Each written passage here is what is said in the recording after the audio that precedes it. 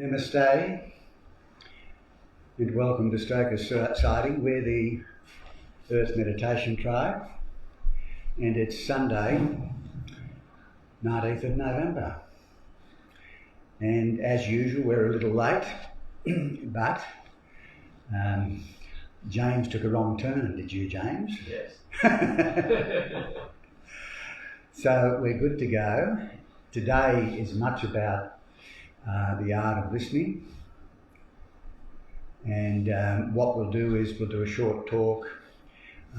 We'll do a meditation. I think someone who was here last time said that the meditation wasn't long enough.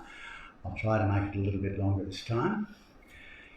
And then, of course, James has just written some new songs and he's going to share those with us. And I should say to those who may listen online, and normally it happens in the week or two after, for instance, the last video we had, I think, Steve, we had about 280 something views, but not on the day, in the week or two or three afterwards. So, what we're going to do is to, let me think. I'll let you catch your breath, Steve, for a moment. And you've got some pictures with you, have you? Good. One or two. All right. So today the main topic on the board is that of listening, and there are kind of three sections of that on my reading of it. There's the Buddhist approach, and then secondly, there's what's called the Diri, which is the indigenous approach or method about deep listening. And when the indigenous people talk in these terms, they talk about not only deep listening in the outer world, but deep listening in the inner world. And then the third section that I'm hoping we can spend some time on is Theory U, because Theory U is the, what shall I call it, a process that has been designed by Otto Scharmer in Germany, and it's now quite a big thing in America, and it's spreading. And Otto, amongst other things, is about moving from an awareness-based system, which was egocentric up here, to ecocentric. And there's a whole lot more that one can say about that, including that it has some key words like presencing, absencing. No prizes for guessing what those two words mean. But at its very core, and at the starting point of Theory U, is a conversation about listening. And so what Otto has done, I think, Michael, you might have listened into a little bit of this one day with me. He's created, there's 4 different levels of listening. And it's my view that on the new Earth, essentially, the proposition is that if there's to be a transformation, there needs to be a shift of consciousness at a fundamental level. And it's not about tinkering at the edges, it's fundamental. And we can't go about it the way that has brought us into this predicament that we're now in. And he uses some pretty graphic terms in talking about what's happening around the world. And I think we would all agree with him. So the intent is that I'm going to, it's become clear to me when I was looking at this yesterday that this topic of listening is so critically important that we can't hope to cover it in an hour. It's kind of a weekend thing or a full day thing. So all I'm going to do today, Steve, is just to give basically an overview to alert people to the fact that this, in my view, is one of the big issues that we need to confront, going from what I said before, egocentric to ecocentric systemic awareness. And I'm convinced that this particular way is probably the best of what's happening in the world. Albeit about 2 or 3, I beg your pardon, yes it was, 2 or 3 months ago we had Julian Robertson here, and Julian has created something called Social Dharma, and it too is a program about how we interact in the future so that we can make fundamental change.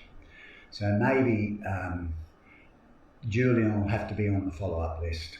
We'll do a longer session with him, because I think the day he was here he did a present moment awareness meditation, and that was about as much as we got, and we had a sharing circle.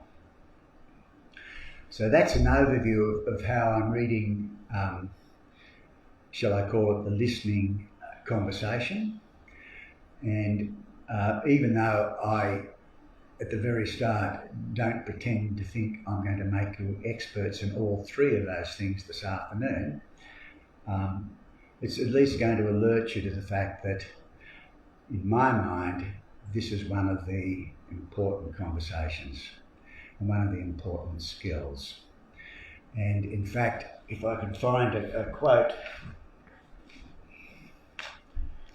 to get the point over to you, there's a famous quote by Douglas Deere, and what he says is, to listen another soul into a condition of disclosure and discovery may almost be the greatest service that any being can extend to another. And while I'm at it, there's a quote from Marshall Rosenberg where he says, what you are going to say next will change the world. There is a way you can talk to others so that others can feel and be seen, and that is healing to our community and the world. Listening can help to relieve and release the suffering in another.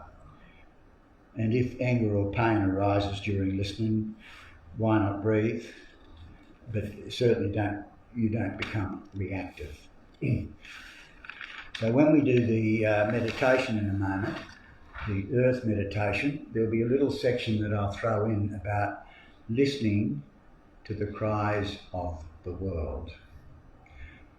But in listening to the cries of the world, it's important that we don't allow ourselves to be dragged into that abyss. And there is a distinction to be made between compassion and empathy and heartfulness and those terms that you often hear. Because on a new earth, I think you know that our tribe is of the view that 2 of the central planks of it are mindfulness and compassion to self and to others. So when we're doing the meditation in a little while, the earth meditation, what I'm going to do is to throw in a little section on listening to the cries of the world. But as I say, there is a distinction there. It's about boundaries as much as anything. As they say, if you listen, in listening to the cries of the world, if you keep looking into the abyss long enough, the abyss will look back at you. So there are boundaries that we need to be mindful of. So that's kind of a preface. But I think what I might do is I'm going to invite you, Steve, if you would, to share the story about the tree, because the Earth Meditation Tribe is much about stories and it's much about music. And James, let me tell you that normally when we're talking about the Earth Meditation Tribe, we're very direct in saying that this is much about providing a platform for the goddesses. So I think you're the first male who's going to lead us this afternoon. So that's kind of exciting. Great. So the idea will be, Steve, if you can just lead us through that. And you've got some posters there. And if you want to send any of them around the room, you can do so. Yeah. Do you mind coming out the front, or do you want to? Yeah. Okay.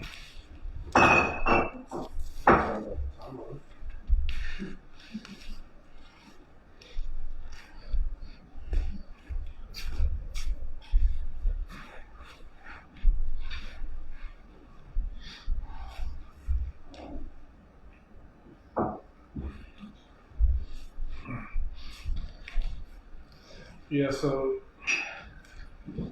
part of the Earth Meditation Tribe is to share stories, and this is an interesting story, which is an Earth story. And it's really about communication with nature, and how nature, this is one way that nature communicates with us. So there's a tree right here. It's a bloodwood tree. It's about 60 or 70 years old. I moved onto this property 4.5 years ago, and this tree, there was a farmer here, and they just had the barbed wire wrapped around it, and it was like cutting into it. And then the barbed wire went on to another tree over here. And anyway, so this octagon we started building in around middle of 2020. There's this guy named Pete, and he's from Bellingen, between Bellingen and Dorga. Pete Noble. He's a German master carpenter. He's also a very enlightened guy. He doesn't claim anything, but he's a very enlightened guy. He knows all about energies and sacred geometry, and he laid this all out and aligning that lucky there in this tree and everything else. So anyway, so we're building this octagon. Pete's living here, and we're probably 6 months into it, maybe 7 months into it. It took about 11 months to build, so we're pretty far down the track. And then I went away for a long weekend, and then I come back. Then Monday morning, he's making coffee, and we're up at my house, and he says, "Steve, you need to call an arborist, and you need to get that bloodwood tree checked out." I said, "What's going on?" He said, "Well, on the weekend," he said, all along the last 6 months, he was working in here. He's so precise, he's never out. Like, he's never out. If he's out a little bit, he doesn't charge me for the day, right? But he said whenever he was working in this corner, something would happen. Something would be out, he would cut it wrong, things would be out, and he just thought he was making mistakes. And then he said that weekend I went away, he was in here, he was up on a little ladder, 3 rungs up, and he took a step, and he just fell flat in his face, and he knew something was trying to communicate with him. And he just stayed on the ground for about a half an hour, because he really hit himself. Plus, he just said, "Okay, what's this about?" And then he was tuning in, and he said, "There's something going on with this tree," right? It was like, and what he said is there's an elemental. The trees can't communicate with us directly, but the elementals can. Nature spirits, whatever you want to call them. I don't know how to describe them totally. But he says the nature spirits or the elementals work with the tree, and then they can be mischievous, they can do whatever they do to get our attention and tell us what's going on. So he kept having issues with his corner. Then that day, he really, boom. He says, "Call the arborist. We need to get somebody here to check out this tree."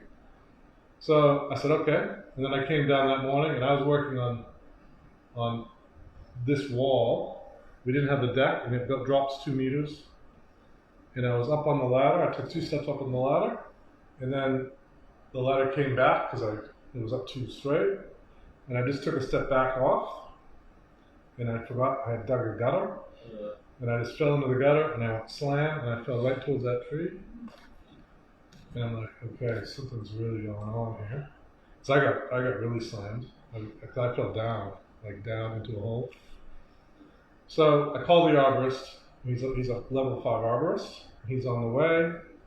And then I have a very good friend named Dean. And Dean is an incredible energy healer, and he works with the land. And he does land clearings and house clearings, and he works with trees.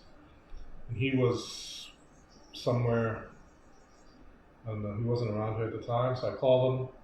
I said, Dean, this is what's happening. Can you tune into the tree? Tell me what's going on. And he says, there's something wrong with the roots of the tree. I don't know what it is. There's something wrong with the roots of the tree. So the arborist comes maybe 4 hours later, and then he goes up on the ladder and he looks at the couple of branches and he sees that he says something happened to this tree 6 months ago, and it's dying. It's not happy. It's something.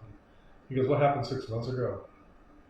And then he looked down and he saw that at the base of the tree, where the roots come out of the base of the tree, it's supposed to be above the ground. It's like the arm.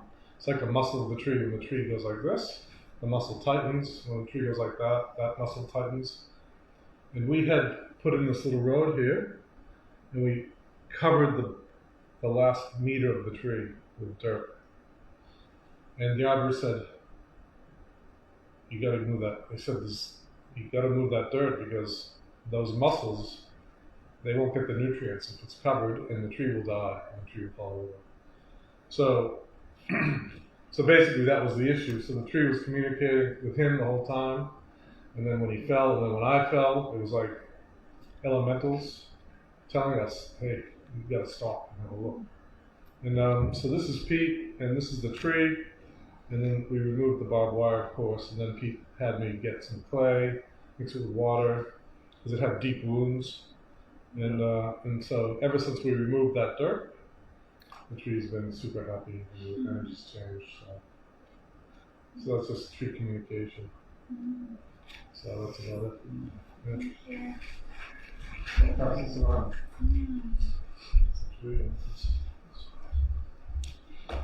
Can I come back here, Steve? Yeah. We can talk later, eh? No, that's it. That's good. Very happy to be here.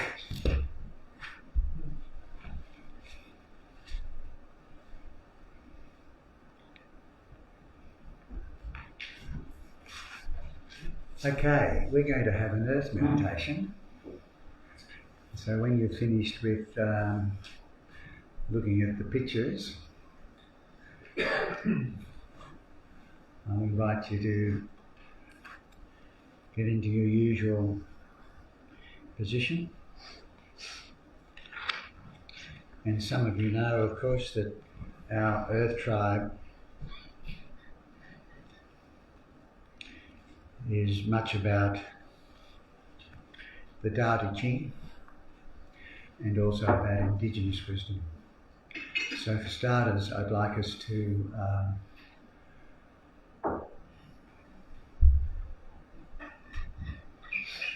I'm going to invite you, if you would, to come with me. We're going to do a few little exercises, some Ujjayi breathing, and then we'll just move straight into the main meditation of the day.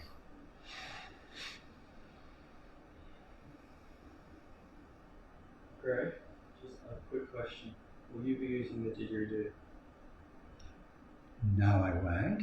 Just something from my awareness with elders all around Australia. You must ask a woman permission to play in your presence, so I was just making sure. No. It's just something. No one's ever played the didgeridoo here, but by gosh, it's about time we did something about that, Steve. Just something that's shown me. Thank you. So breathing deep in, and as you know, if you're watching the trauma summits, that when we're in a circle as close as this, our nervous systems are interacting. So a deep breath into your dantian, deep into your belly,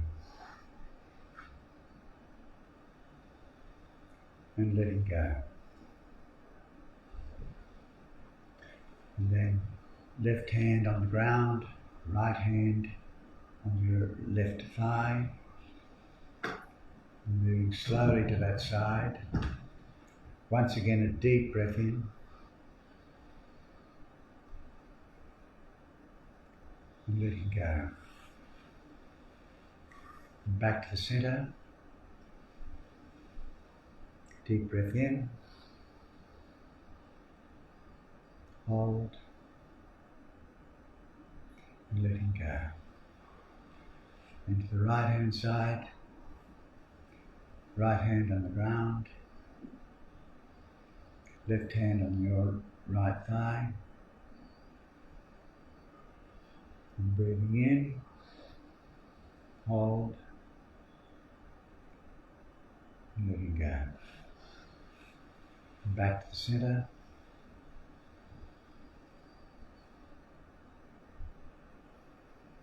And if you can see me in a soft gaze, it's almost as if it's a triple heater going up above your head, turning your hands as you go up, gently back down.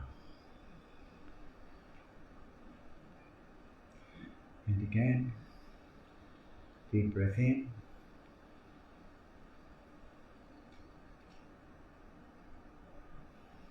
and letting go.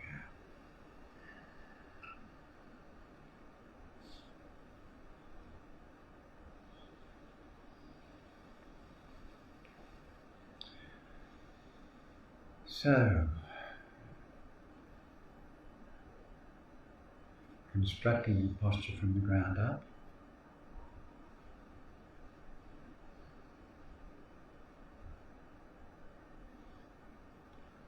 Feeling those points of contact with the earth.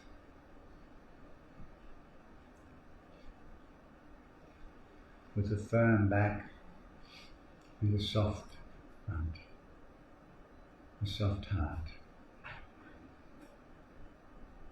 and sitting tall.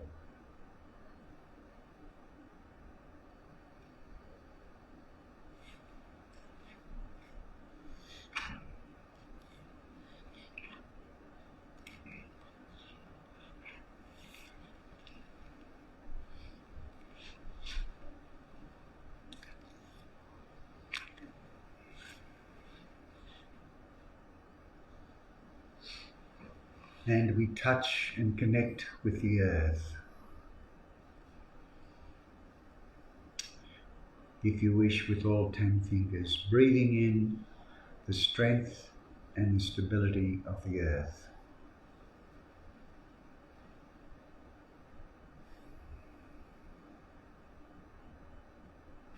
Once again, breathing in the strength and stability of the earth. And letting go on the breath out of any suffering, any pain, any discomfort.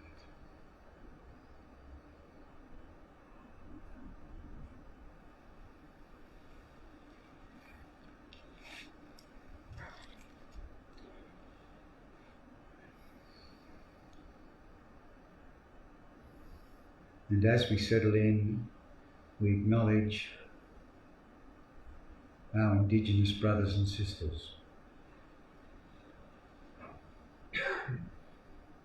the Bundjalung, the Hopi, and all Indigenous peoples. And as you know, the Hopi, in fact, have a connection with this mountain, this beautiful mountain, Wollumban, to our west. And may all Indigenous people and the Bundjalung people be well and happy.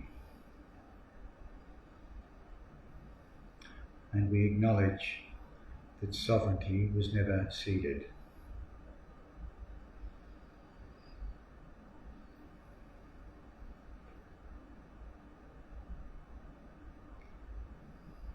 So letting go of all your roles and responsibilities, all the stories, many of which are part of the delusion anyway.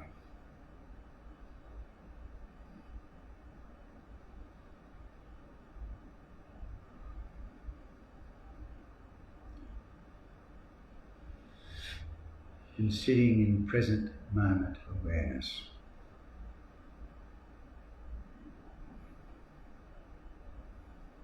And allowing that waterfall of awareness to flow down from the crown of your head through your body.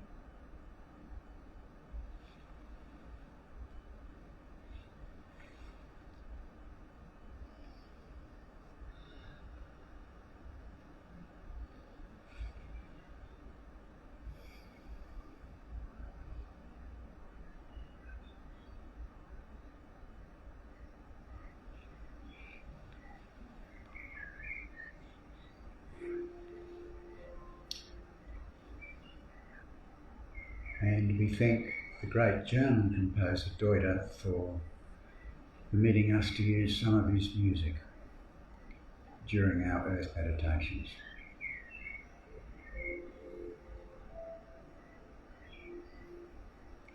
So we'll do a body scan based on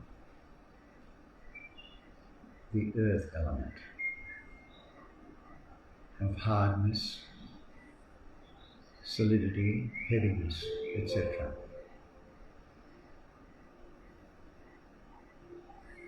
And allowing that awareness to flow down from your head to give you an idea of the earth element, your teeth, if you grit them, you'll notice the hardness, the jaw,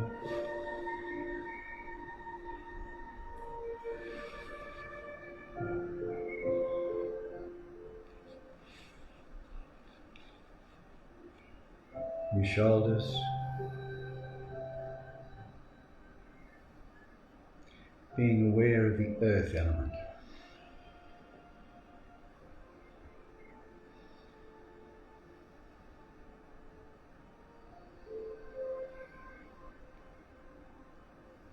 Upper arms, lower arms, hands, the earth element.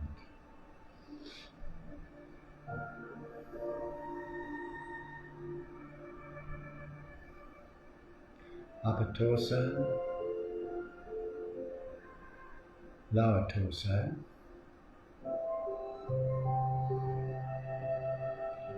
hips,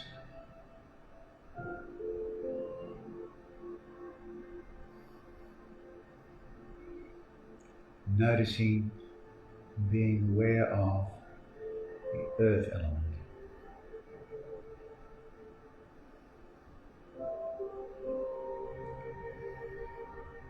Upper legs, lower legs, your feet.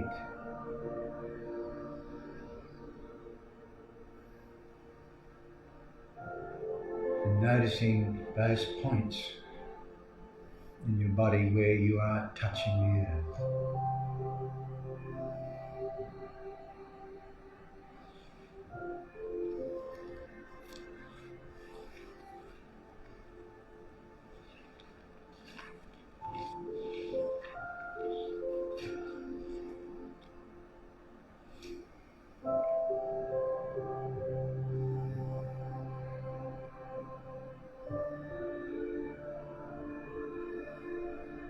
And noting that earth element is one and the same as the earth beneath.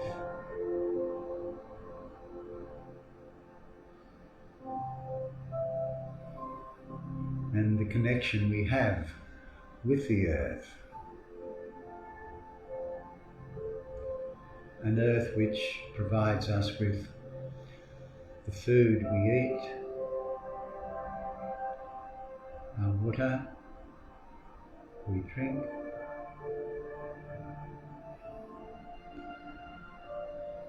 the warmth, the oxygen we breathe.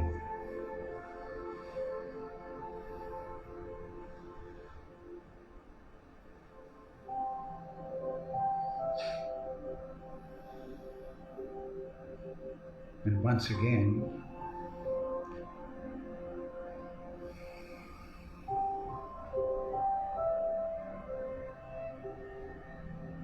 remembering that connection that we have with the earth, that hardness, that solidity,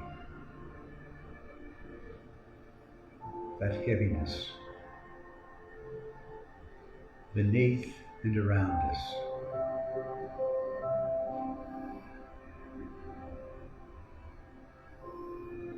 And to the west of us, of course, that beautiful mountain, London.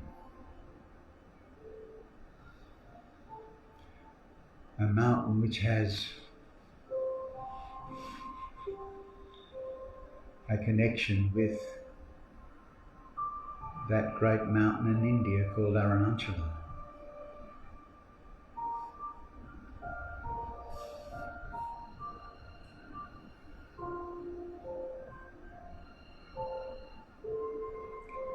And so going out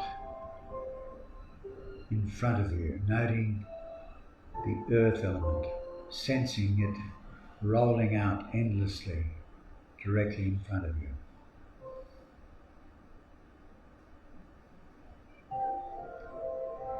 And moving to your right,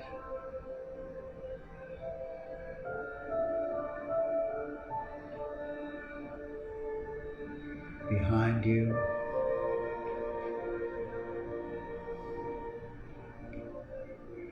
and to the left,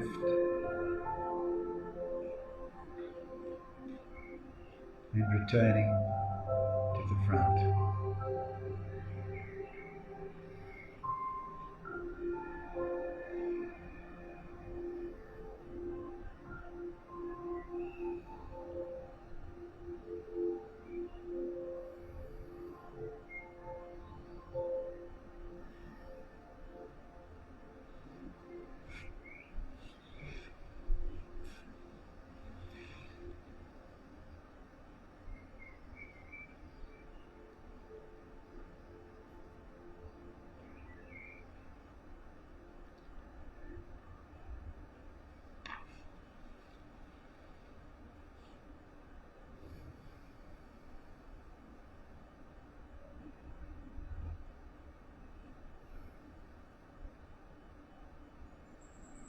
And during this meditation, if you become distracted, that's perfectly okay. You can either return to your breath or using the earth itself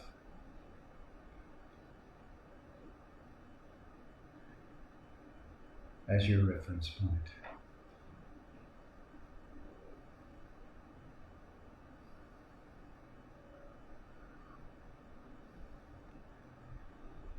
And on a new earth,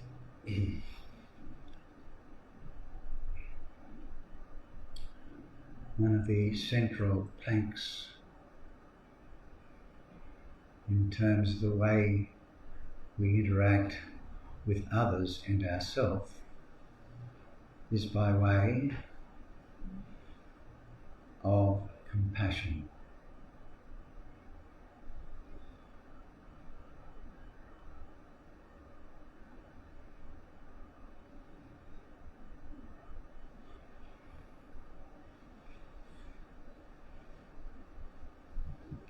We will start with doing compassion, and that can be activated within oneself.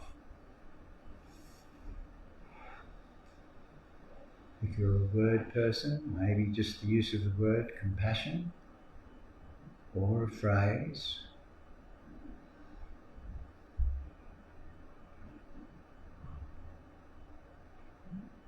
or if you're an image person, it may be evoking the image of a baby or a puppy or a friend or someone whom you deeply admire.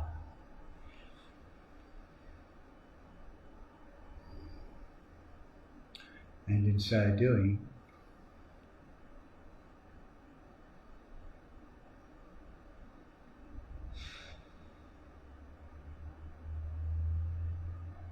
evoking that feeling and wish that others and yourself be free from suffering, free from affliction, free from pain.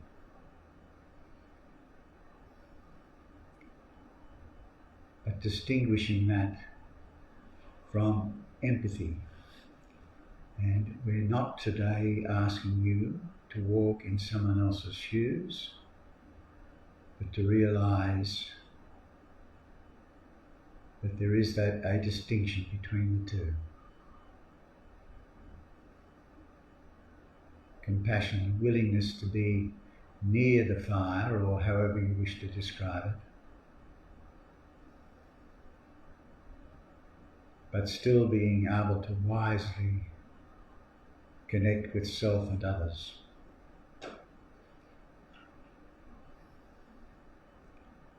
The third way to do compassion is we'll get the help of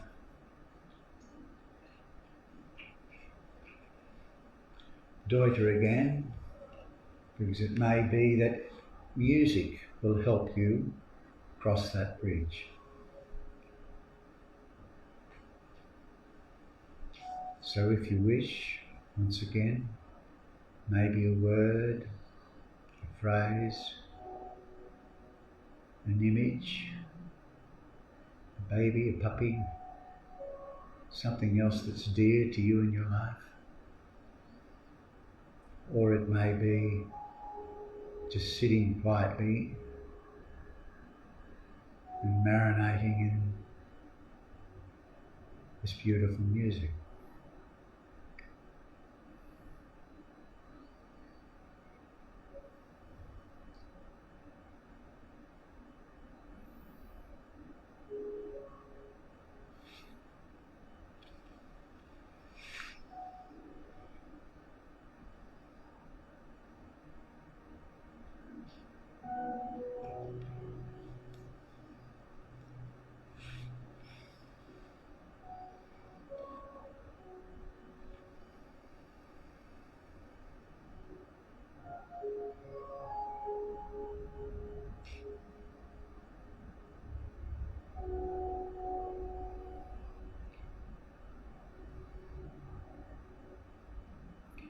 And once again, breathing deeply into your dantian, relaxing, softening,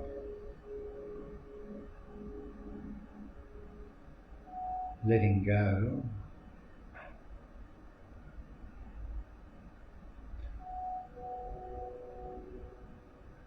of all those stories.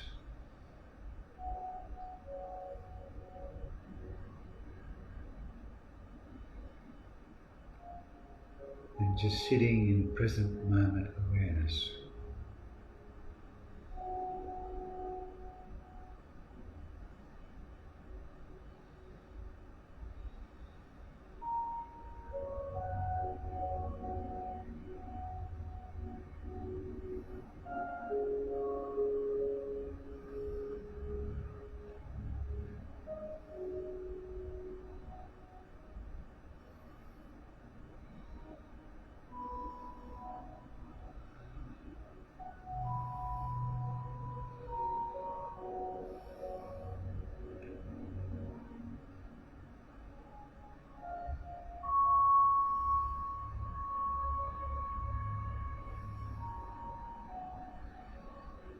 And being aware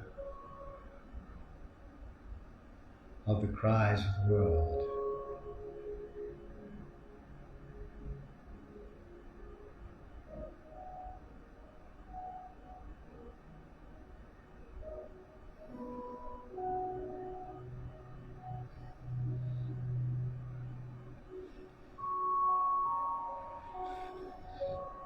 But being able to not become immersed in that suffering.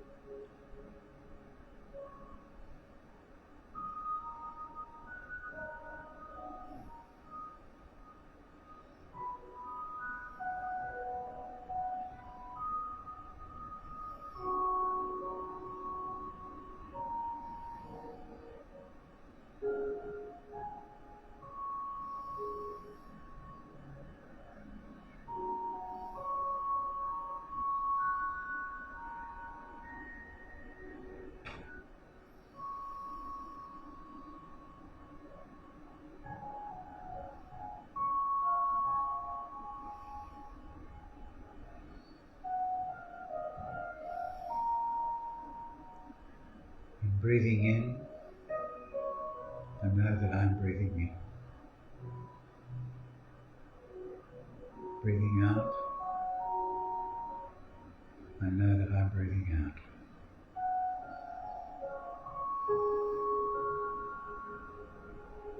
Sometimes deep, sometimes shallow.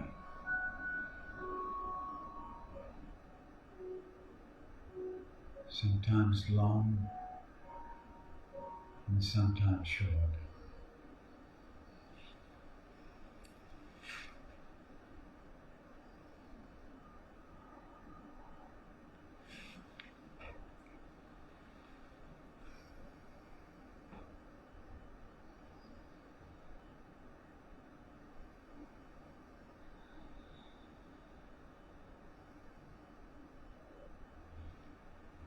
And we'll finish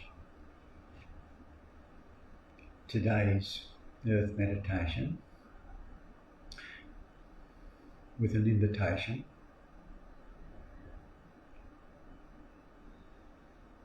for you to imagine and to visualize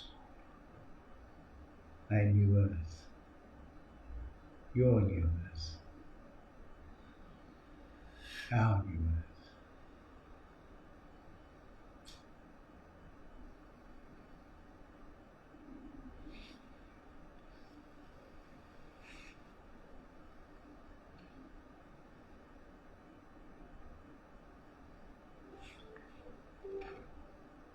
And once again, with Deuter's Gaia dreaming herself awake,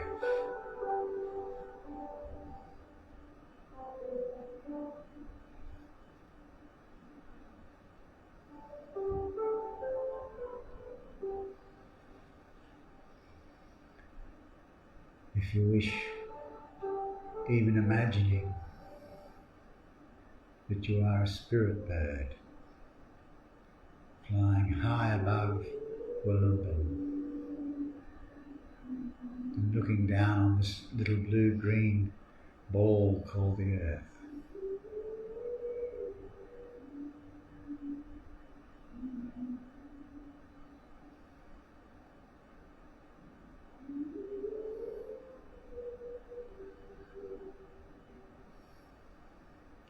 High in the sky,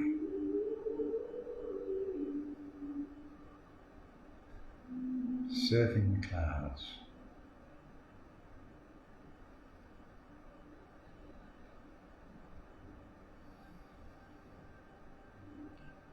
far into the solar system.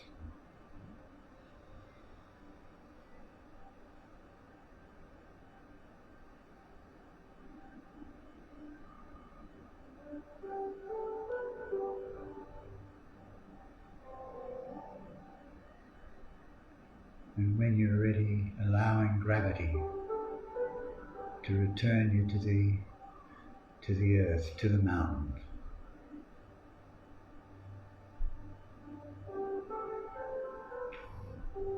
Into the beautiful gardens that we are next to. The bloodwood tree. Wollumben.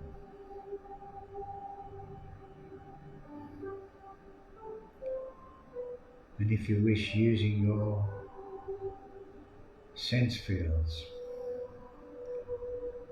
to help you to visualize and to imagine. Sight, sound, smell, taste, touch.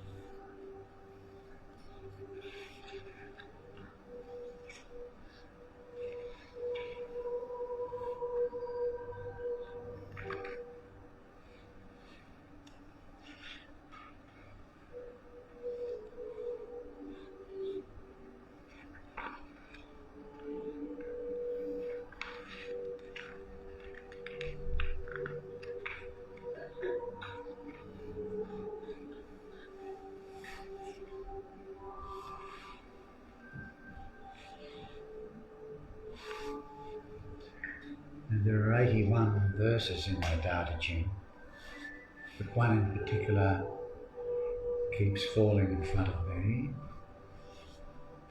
If I can share that. Allow the heart to empty itself of all turmoil. Retrieve the utter tranquility of mind from which you issued. Although all forms are dynamic and we grow and transform, each of us is compelled to return to our root.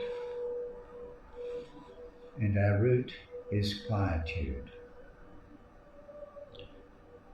To fully return to our root is to be enlightened. Never to experience tranquility is to act blindly, a sure path to disaster. To know tranquility is to embrace all. To embrace all is to be just. And justice is the foundation for wholeness. Wholeness is the great integrity. The great integrity is the infinite fulfilling itself.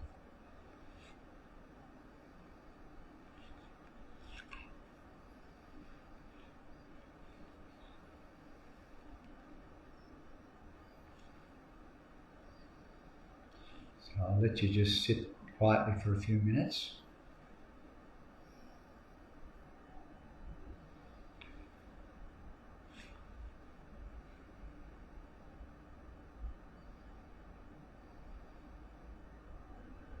Relaxing, softening, letting go.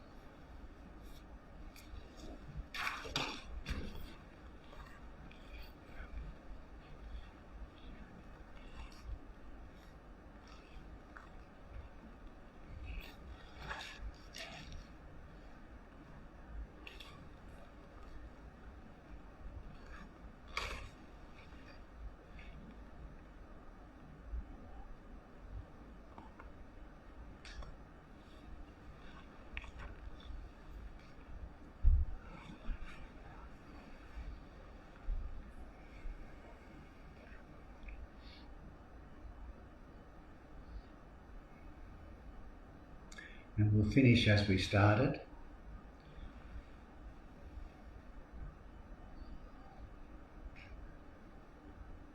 Deep breath in, deep into your belly, and letting go.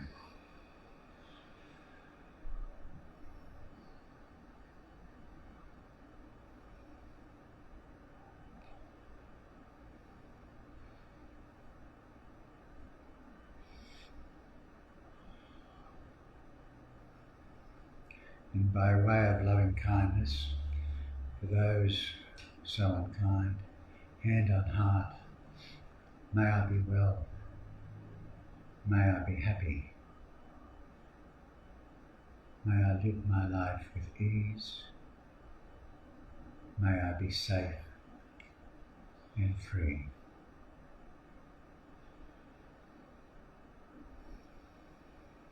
May all beings be well.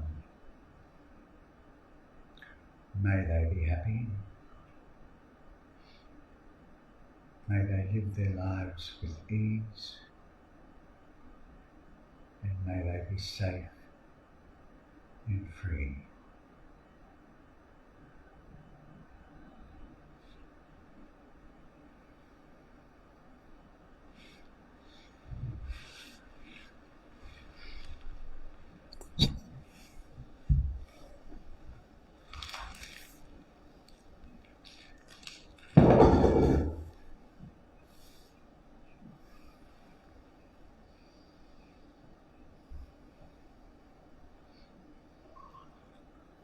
just in finishing our earth meditation and remembering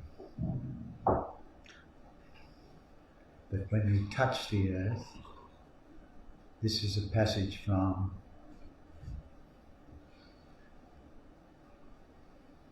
Plum Village, and via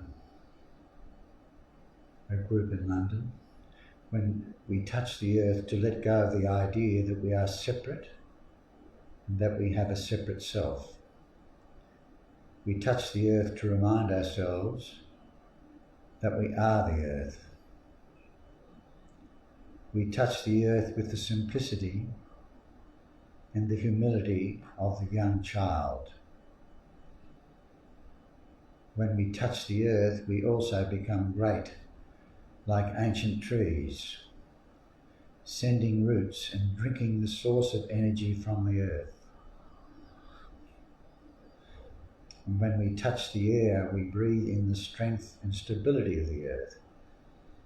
And we breathe out suffering and feelings of anger, hatred, fear, inadequacy, and grief.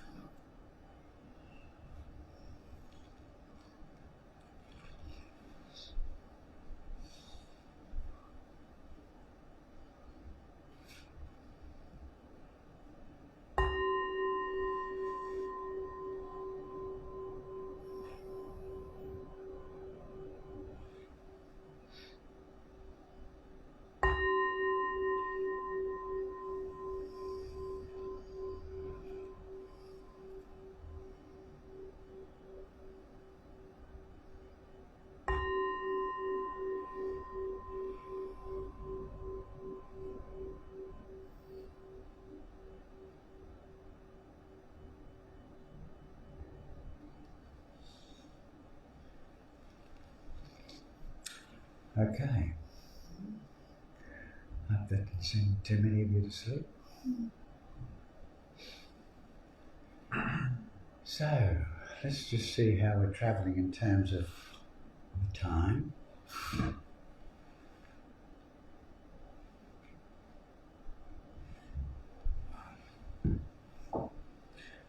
If I can just, for a moment, backtrack a little bit to the Buddhist perspective, because I need to say to you that often when we have these conversations here, James, you haven't been here before.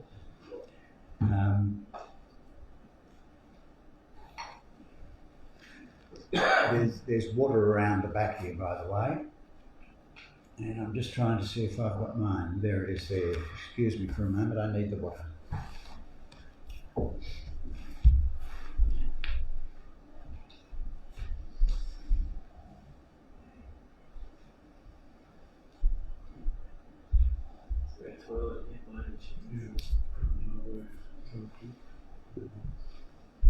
Oh, I beg your pardon, it's part way up the driveway. And we try to keep away from the house.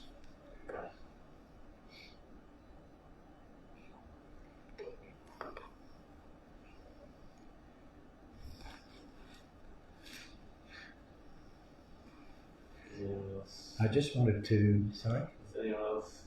You go tell us what? I tell you what, we'll have You want me to come with you? we're just going to sit here quietly for a few minutes, James.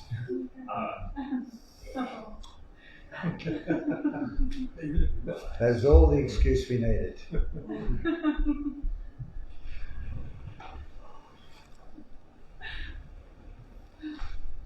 I was going to recite a poem today, and it was a question of whether I'd do so at the start or as we move through it. I beg your pardon, I shouldn't talk too much, because it's a poem that I'd like James to hear. Does anyone know of the poem by David Challoner called Lost? No. And does anyone, if I had the words on a sheet, would anyone be brave enough to recite it? Oh, there we go. Shall we Do you mind? Well, I won't get you out first. If you can just read the words. Yes. Yeah.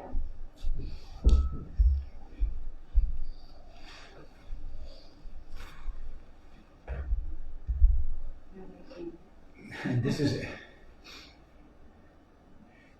because it's a poem about listening. He'll listen better when he comes back. Pardon? He'll listen much better when he comes back. I think he will.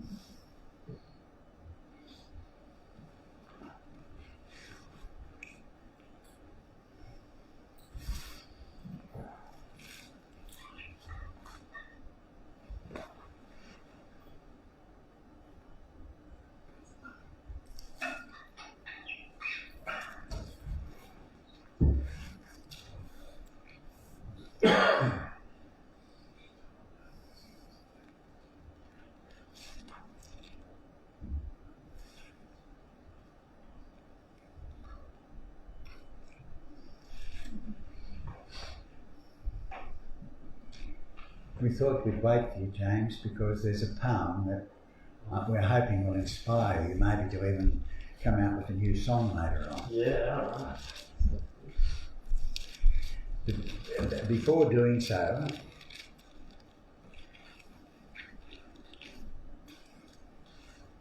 no, not before doing so, we'll go straight into it.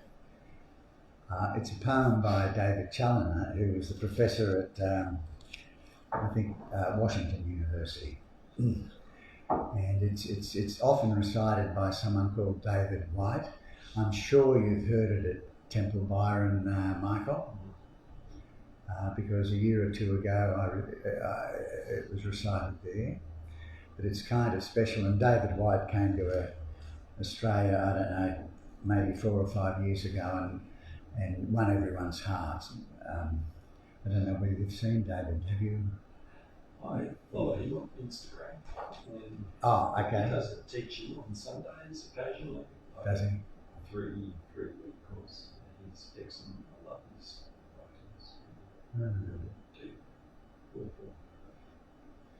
And he has a particular way of saying this poem. And some people attribute this poem to David White, but it's David Challoner. Now, Christine, rather than me say what my take on it is and what David White's take on it is, shall we listen to it first? Sure.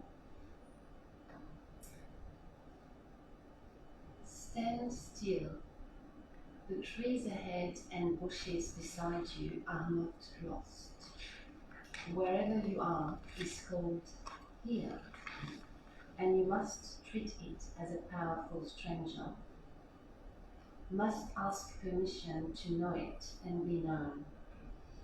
The forest breathes. Listen. It answers. I have made this place around you. If you leave it, you may come back again, saying, here. No two trees are the same to raven, no two branches are the same to rain. If what a tree or a bush does is lost on you, you are surely lost. Stand still.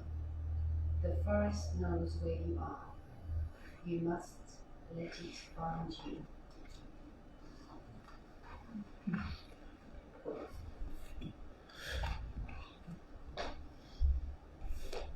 Thank you.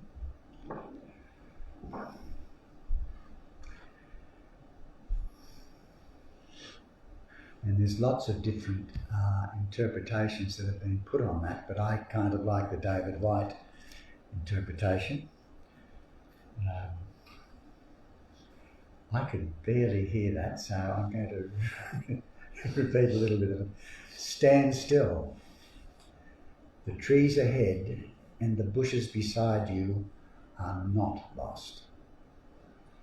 Wherever you are is called here, and you must treat it as a powerful stranger. Must ask permission to know it and be known. Stand still. The trees ahead and the bushes beside you are not lost. Wherever you are is called here, and you must treat it as a powerful stranger, must ask permission to know it and be known. The forest breathes. Listen, it answers. I have made this place for you, place around you. If you leave it, you may come back again, saying, here. No two trees are the same to raven. No two branches are the same to wren. If what a tree or a bush does is lost on you, you are surely lost. Stand still. The forest knows where you are. You must let it find you. The forest breathes. Listen, it answers. I have made this place around you. If you leave it, you may come back again.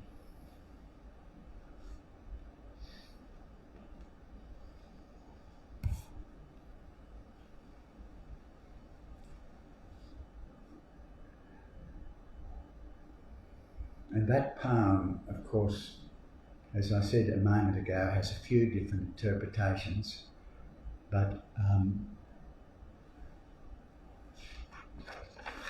it's funny, if you've ever been lost,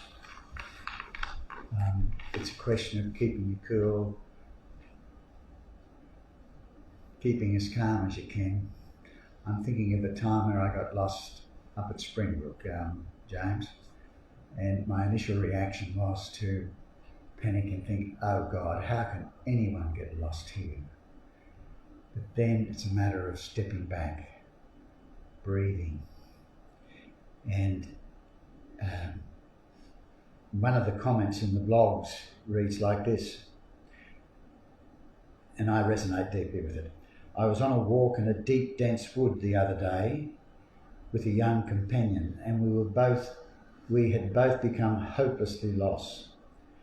She was quite frightened, but I considered it a timely opportunity to put this poem to the test. So while she was inclined to act on her agitation and run, I suggested that we stand still and pay really close attention to where we were. And as we did, we noticed the sunlight coming through the trees from a certain direction, the contour of the foliage ahead of us and around us, and we felt the breeze blowing from the right. The forest knew where we were. It gave us our coordinates, and we moved slowly and skillfully towards freedom.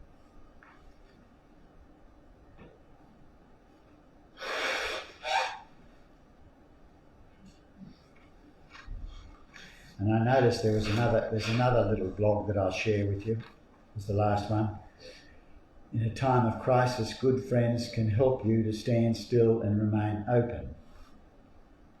A good friend is someone who appreciates that you are in a tough place, but can also give you the courage to engage with your experience and not run from the pain. He or she won't show you an easy exit, but extend you the support to be with your experience and to listen to whatever it is trying to tell you. A friend will also encourage you to keep open the doors of your heart so that life can find you and surprise you in ways that you cannot predict or imagine. So, the skill of listening. Is that a poem that you've struck before, Steve? No. Okay. And I think I mentioned before, David Challoner passed away maybe only 18 months, 2 years ago. It was kind of recent. He was in his 90s, so there you go. Had longevity.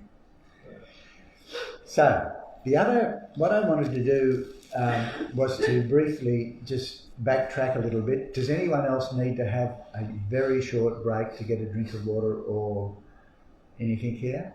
Okay. Do you want to do that?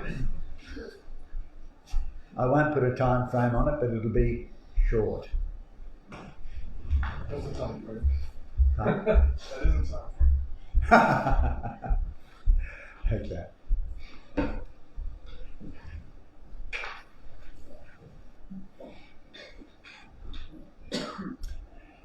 James, while we're waiting for a few people to come back, you're quite okay with just playing acoustic rather than amplified? Yeah, that's fine. Yeah. I was thinking, it's such an intimate group, we come a bit closer. You want? I'd like to sit maybe on that Yeah, cushion or sit something there. and set up a little space there, Right. just play for just you guys. Awesome. Yeah. And maybe if you want, I don't mind being on camera or not. Flip it, put it. I don't know what you want to do with that, but I'll move. alright. Yeah, just sit here in the middle. So Yeah. we'll keep these here. How are you travelling? Good, good, yeah. Are you challenged by much of this stuff? No, not too bad. Yeah. Good reminders.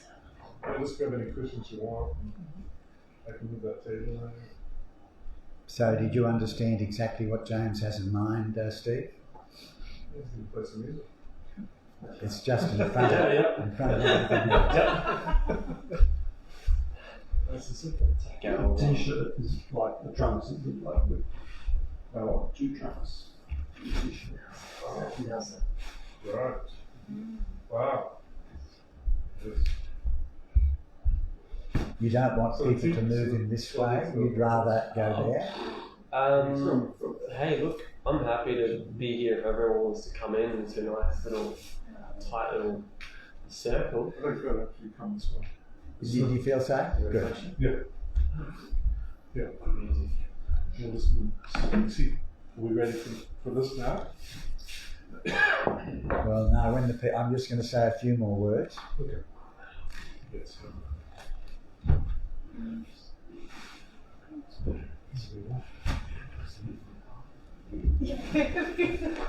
And then when he steps up on the camera, he's got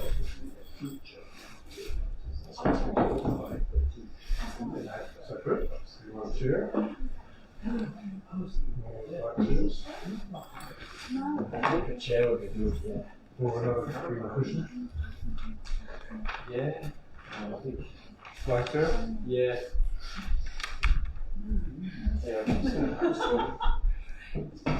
Singing and playing and stuff. Do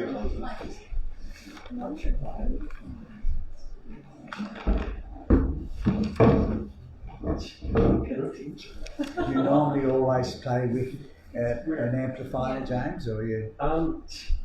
Yeah, just like on really low volume, just because it gives that nice reverberance and there's like a Sure. guitar effects, vocal effects. Okay, I'll hand over to you in a little while. Sure. Okay, so just let me recap just briefly the overview of those three different sections of listening. The first section, and as I said to you before, often when we're having this conversation about, quote, the goddesses, it's about the Hindu goddesses, and you know who I'm referring to, Steve, the Saraswatis and the Lakshmi and so on and so on, the 21 emanations. And it's kind of nice, for me at least, to get the opportunity to acknowledge the Buddhist, who I call the goddesses. And Avalokiteshvara was in that first section about Buddhism, and she is the one who is known to, Avalokiteshvara is the bodhisattva who listens to the cries of the world. She will sit and listen without judgment, listen to what is said and that which is left unsaid. So that's an important part of the conversation when you're sitting with someone. Sure, there's what is said, but there may also be something on the roundabout that's quite relevant. And by listening deeply, we can help release the pain and suffering of others, and show that it's quite clear. It's not that I'm trying to beat the drum for Buddhism, Steve, but the point is in Buddhism, she is the one who fully embodies the art of listening. And it is through that art of listening to the cries of the world that she became enlightened.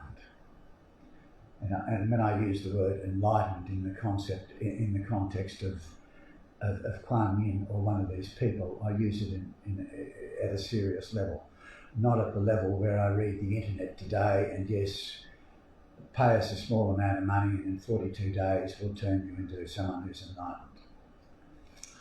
Oh, that was nasty. So, for the record, on that first level, so that I feel that even if it's at a superficial level today, that I've addressed it, it is Kuan Yin who is the one who listens to the pain and the suffering of the world. And a lot of other people, but that's how she is known as the one who embodies listening. The second part of the equation earlier in terms of the talk was the Diri, the deep listening. And I just want to leave that with you today on the basis that the Diri and the indigenous people, they too talk about the inner world and the outer world, the land within and the land without, as I understand it. And what I'd like to do in terms of finishing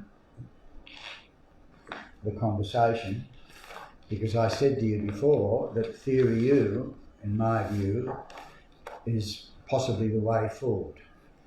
It is about seeing the emerging future, realising that the collapse is upon us, but realising that it's not about sitting around a table and thinking the same old way and having the same old conversations, blah, blah, blah, blah, blah.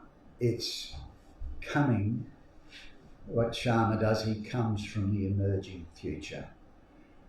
And I'll give you a brief story, albeit it's one that Michael and Steve have both heard, but for the sake of me feeling that at least I've given you a cursory view of listening, I'm going to repeat it. But at the very foundation, perhaps I should say that those key words of presencing, absencing, egocentric was another word I used for the way that's the reason why much of the problems of the world are now with us. It's about egocentric awareness, whereas the shift will be to ecocentric. And I'm very briefly going to tell you a little story in a moment so that at least you can go away and think, gosh, that was brief. But if you're interested, you'll know how you can follow it up. Or you'll come back to me and have a longer conversation over coffee. The 4 levels of listening, and we all know this from sitting around cafes. I trust them, I'm not the only one, but I often see people come in, sometimes with their children, and what do? Straight into the smartphone, rather than the conversation across the table. Am I the only one who notices that? I don't know. I notice when I fish on the South Wall, there's a guy who brings his son down often while he fishes, and he goes fishing, and the son is given the contraption to just sit there and play the contraption, the smartphone or whatever it is. Now, at one level, I guess you might say, oh, well, that's a good way to keep him involved, but at another level, I wonder. Often when you get into conversations across tables, do you notice how there are some people who you get the suspicion they're waiting for the gap where they can throw their story into the midst. Because one of the things about listening, it's the word starting with P. Does anyone want to throw it forward, or can I keep this rolling? Presence. Presence. James, we shouldn't have that seat in front of us, because I want to have this conversation with you now. I didn't move the seat. I was thinking that. I was like, I don't like that seat there. decided it's much more humble than a cushion. So,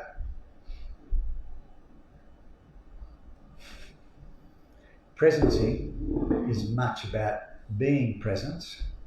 I haven't got my notes in front of me on this particular point, about being present and about being in a heart connection. I prefer to call, when I spoke to James about him playing today, I said, well, you're cutting new ground. Normally people who play with us have a harmonium in front of them rather than a guitar.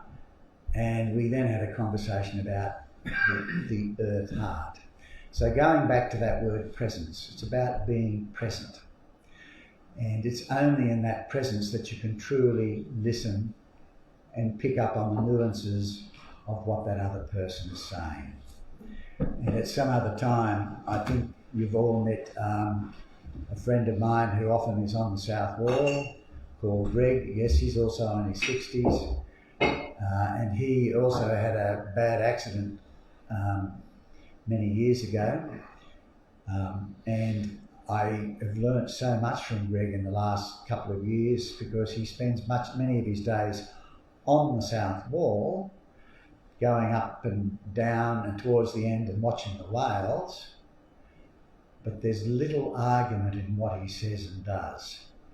He watches the ocean. Ah, did you see that? Or he sees the clouds. Ah, can you see the pink in that cloud? And these are all things that I've never noticed. You probably have. So it comes back to that question, and you know who I'm referring to, Steve. He came to a gig here up in your house about 12 months ago. Yeah. And if I roll out the mindfulness course, much of it will be about that Greg. And the fact that he's in a wheelchair because of a motor vehicle accident. He was of great help for me when I had my second morning, which involved a motor vehicle accident. And he just happened to be there. So presence is being attentive. How would you describe it, James? You know how I've just made a conversation about, have you noticed people who seem to be waiting for the opportunity to get their story in? And my suspicion is that many of them are not listening. I think my interpretation, at least one aspect of presence, what I've observed in my life is a certain level of intuitive feeling into what's called in at any given moment, especially when working with other human beings. So like in conversation, you're not just listening to the words they speak, you're listening to the feeling between you and the other person. And being present for me is tuning into feeling, tuning into seeing, feeling into what are they saying behind the words.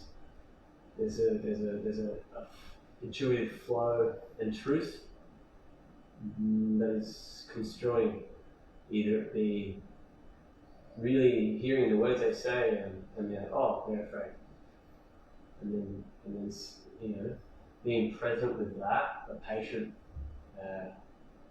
with well, that's where that person's at, or oh wow, that person reminds me of me. I feel, oh wow, okay, cool. Like I need to be present with myself. Where am I at? And so, but there's a certain level of depth to higher levels of presence, and some of the experiences I've had is just real still space. It's very calm, grounded. It's clear. Yeah, and the flow on from what you said, it's not only how you described it, it's also what may have been left unsaid. Remember that little section that I read before? So thank you for that. So, the 4 levels of listening, so that you know what Theory U is a little bit about it. you know how you go, often at tables, the old way of conversing was being in an argument and stating a position and holding firm on it, etc., etc. Listening technique 1 is from habit, it's downloading. It's from the habit of judgment. And listening 2 is a factual way of doing it from the outside and noticing differences. And it's disconfirming. I know this is technical, but hang with me. The third level is empathic, where there's some sort of, from within, some sort of emotional connection.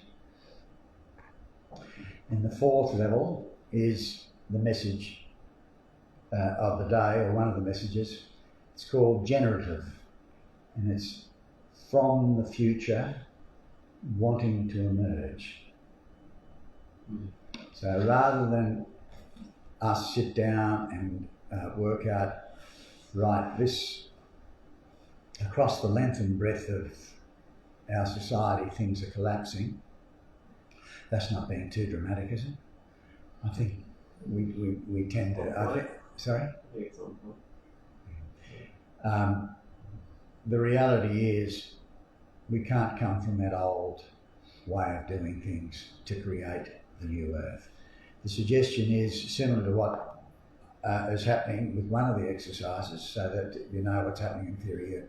You have coaching circles. So I'll make this a very brief observation because Steve and Michael have heard it before. So there's 6 of us around a table. Hello, we're in cyberspace. A couple of people in Vancouver, someone in New York, someone in China, someone in Sydney. And they're all very, very advanced. Wow. Been doing it a long time and very switched on. And you give a case. Right, when it was Gio's turn, I want to talk about a course that I'm creating. I'm dabbling with it at the moment, and I don't know how to finish it because I'm troubled by how we communicate with each other. Mindful communication, if you like. And so they listened to the story. And this is one of the punchlines of the afternoon. They then mirror back what they've heard to make sure that they understand what Gio is saying. No, I didn't quite mean that. I meant blah, blah, blah. Right, so we're on the same page all of a sudden. And then it goes through to a point where you, as one of the 6 coaches, Gio shuts his mouth for a change, and they then come back and say, this is what I'm sensing. So in other words, they're not coming from up here, they're coming from elsewhere in the body. And they've become masters at it, some of these people. So one of the women said to me, Gio, when I was listening to you, I had, rather than just come up with words, they're invited to come up with images or some other way of describing how they're seeing or feeling what's going on from the emerging future. Gio, I saw you on the beach, and in one aspect you were very firmly planted in the sand, and then I saw you in the waves, and it was one hell of a surf, and you were fighting furiously, but you refused to give up. But you were being buffeted around, etc., etc. Right, an image. And then someone else in the coaching circle, you've got a problem with surfing, have you? A bit tongue-in-cheek with me, that's cool. You need to learn to surf. And one thing you need to do is to stop fighting the waves. Etc., etc., etc. So the conversation then unfolds around that. So I'm just saying to you, the way of co-sensing that happens is not necessarily done in words, it's done in feelings as well. And I've struggled with that technique for a little while, but I'm starting to get the idea. And it's very helpful for people who are in the process of creating new businesses or cutting edge stuff. It means they're getting a different take on things. And then the other people in the coaching circle get the opportunity, or they're invited to say, hey, this is how I think this project can emerge into the future. Blah, blah, blah, blah, blah, blah, blah. And that's what is called generative listening. It's letting go to the way you were and completely opening up. And it's ecosystem awareness rather than ego system awareness. So that's listening from 3 different perspectives, albeit very briefly today. The Buddhists, the Indigenous, and the theory you people who, as I say, in my view, when I look at that program, you saw a little bit of it, Michael. Did you have a good feeling about it? Did you get the take on it easy enough? It's interesting. Yeah. So that's all I was going to say today, because really it's too broad a topic to cover with any more detail in the space that we've got. And I'm kind of keen on listening to you, James. But before finishing off with you, it may be that towards the end there's someone else in the room who will want to strum the guitar. We'll see. I won't even say much more than that. So, before we hand over into the music part of the afternoon, is there any comment that needs to be made about that? Can we leave it as brief as that? Great. Let's get organised.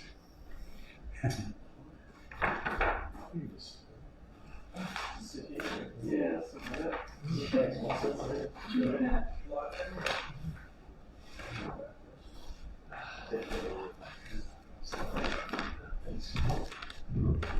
You remember that, as you're getting ready, James, I was thinking there was a phrase before about sometimes you say it best when you say nothing at all.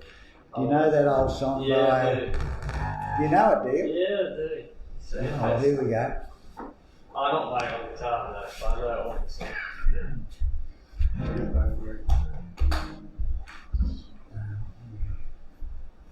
Might be setting it up.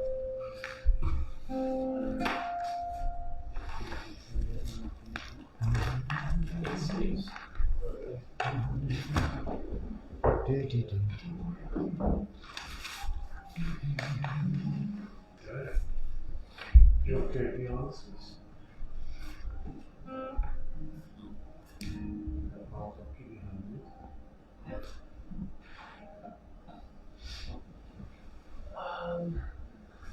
So I just want to drop in with everybody and to say words before I expand into the music world. We've gone a little bit of a journey. My name is James Otmar. That's James Otmar. And I'm just a guy who's written a bunch of songs that I've done with all my level of authenticity and art that I could muster to kind of just, tell some stories and some personal truths that I've had and do my best to translate some universal truths that I hope will resonate with everyone here. And I just want to say thanks for having me as an opportunity to actually share music. That's just like the number one thing, is the opportunity to actually sing and play is a massive, that's like everything for me. So I just want to say thanks for everyone's presence, and thank you, Liam, for being here. There's a brother of mine from Tassie. He's driven all the way up here, and I'm really grateful to have you here. Thank you for the opportunity, Greg. Yeah. Steve, thanks for having me. And so I'm just going to play a few in topic to Earth, right? I learned something today. It was a reminder. It was more like I was reminded that, alright, cool, this body is of the Earth, right? And so that means human is Earth. The Earth is human, right? And my songs are about humans. It's very human. My music is very heart-based human music.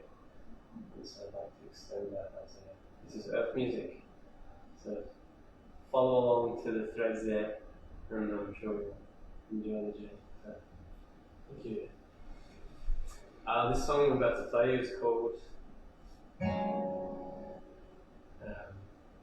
it's about following your path and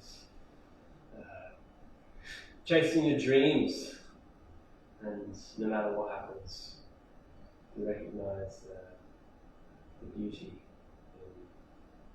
in the traverse of your road. Everyone has their road, and I wrote a song about being on mine. So I hope it relates to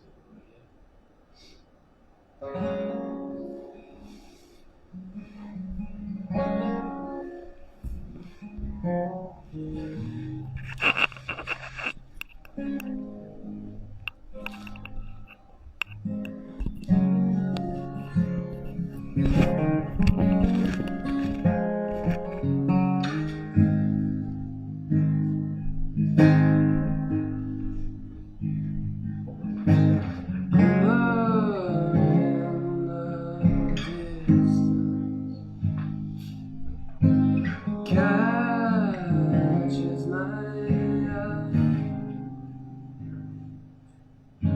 as I behold a key in a vision. Gives a taste already inside.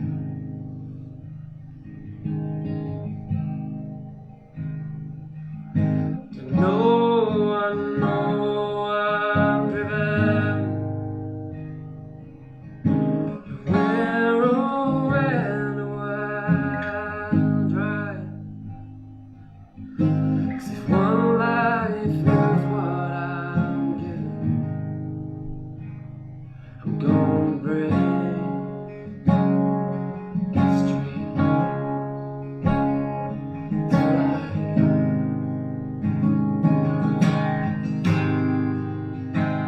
oh, I'm gonna break these dreams till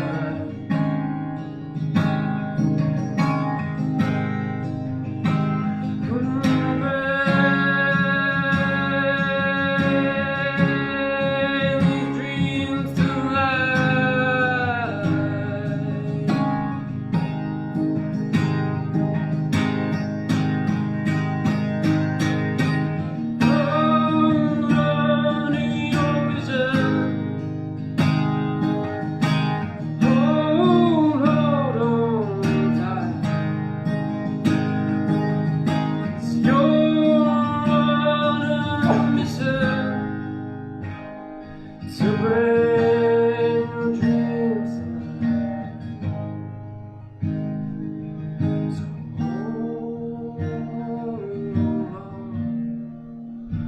hold on tight.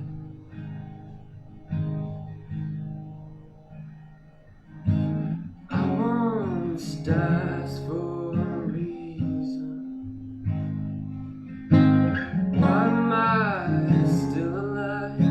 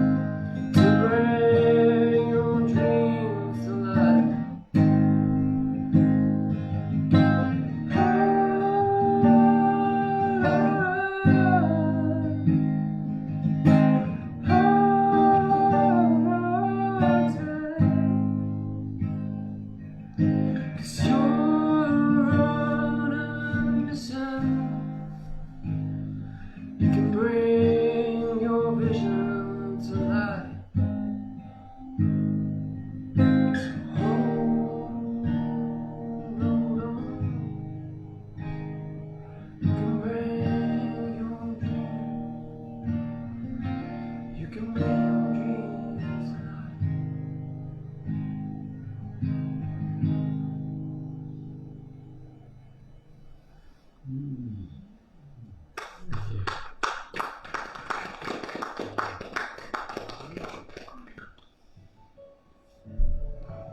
The song's about mixture between dropping in with your heart and the heart of those you love, whether they are here or they are not.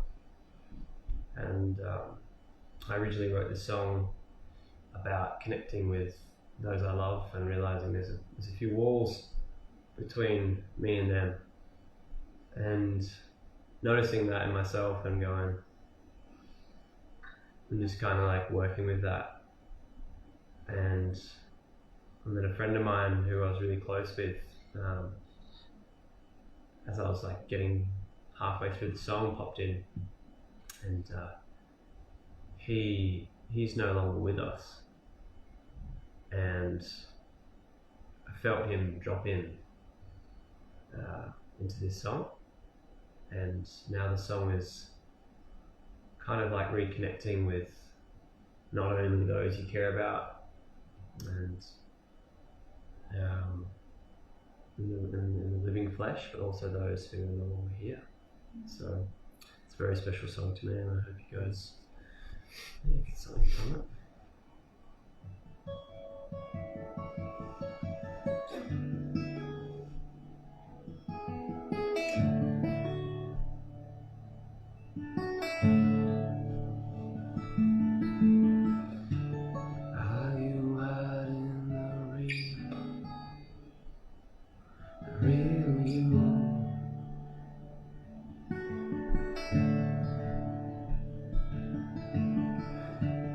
You found myself hiding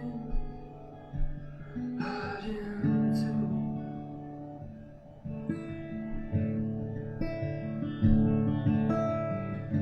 It's been these walls so high.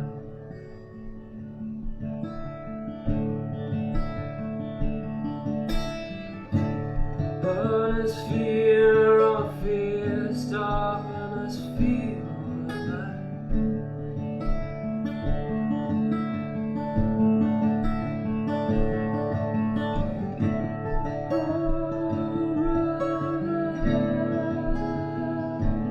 Can you hear me? 'Cause I tell you something, you're like your soul.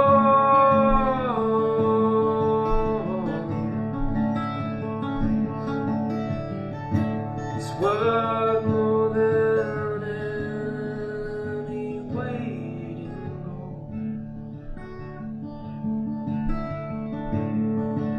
To share with the world,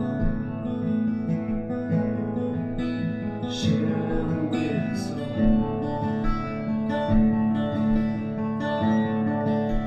Show where you hide.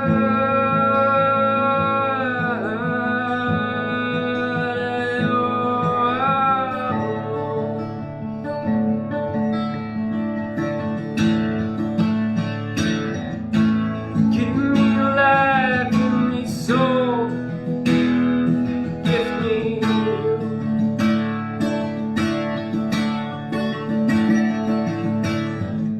I wanna see you light up, wanna see how your heart knows.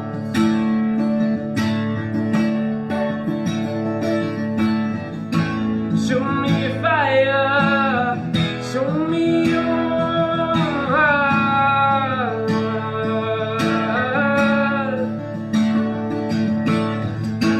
Wanna see fire, wanna see how your heart knows.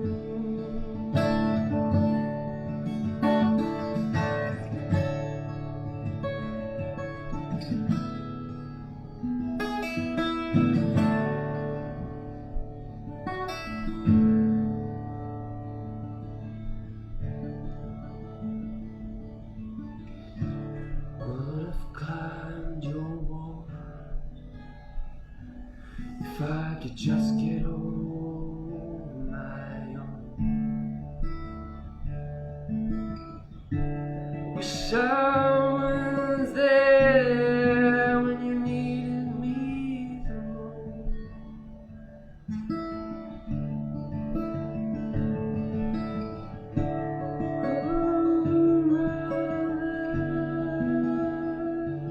Please forgive me.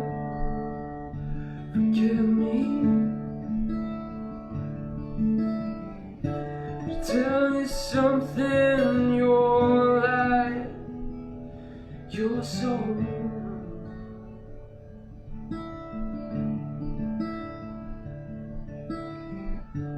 forever lives inside my own. And I share with the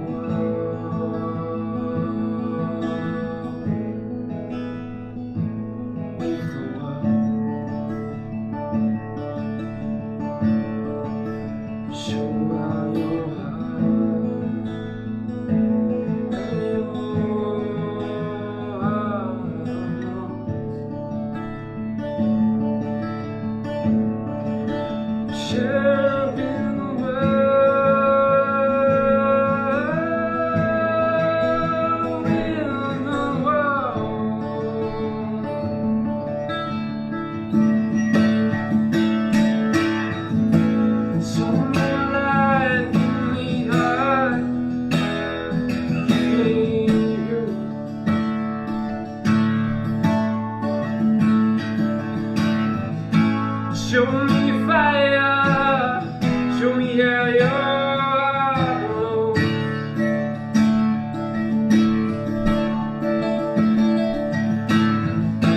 Give me light, give me soul, give me you, yeah. Show me fire, show me how you're.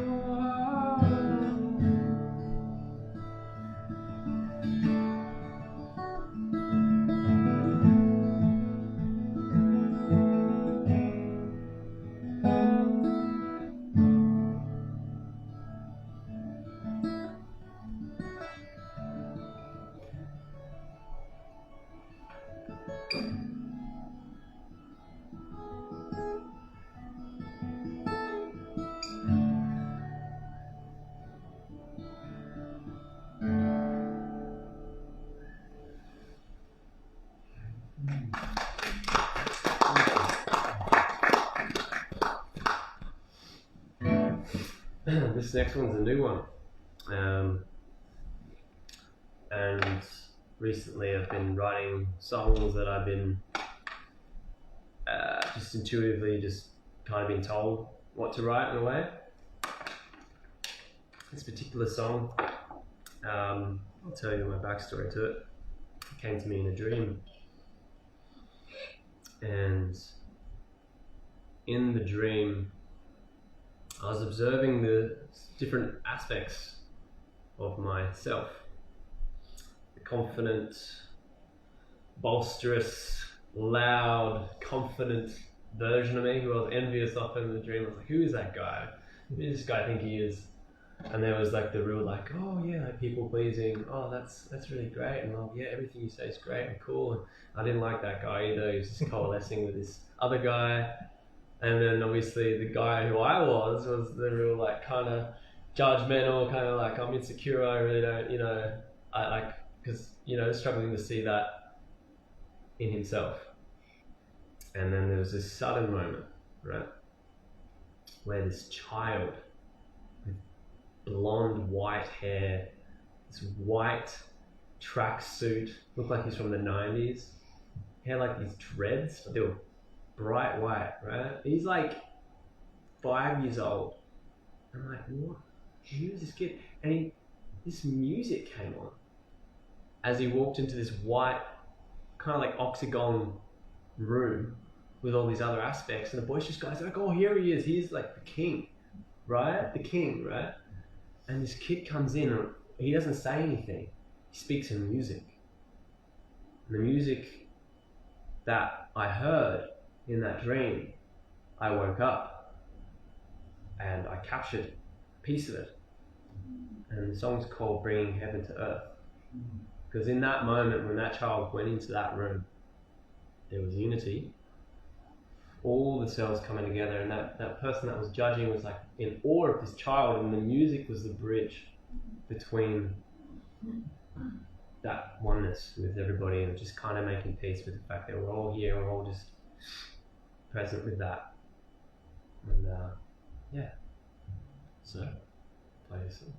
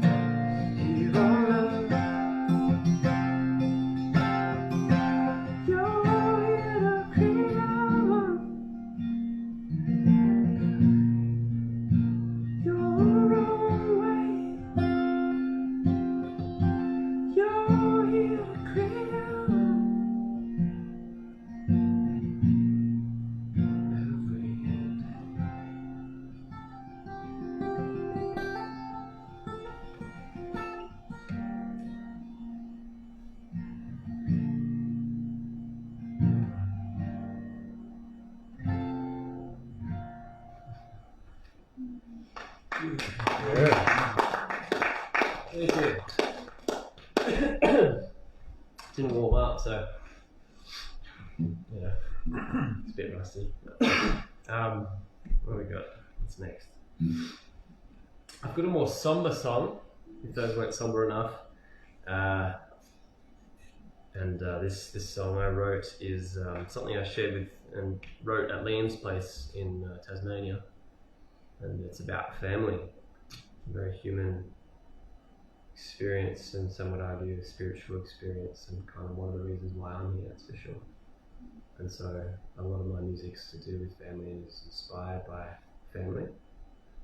And this song is about realizing the shortness of life and making the most of that and not taking that for granted, and taking the opportunity to, take an opportunity to say hello once in a while to family. And that's my story in this song. And so I wrote a song for it, so I hope you enjoy it.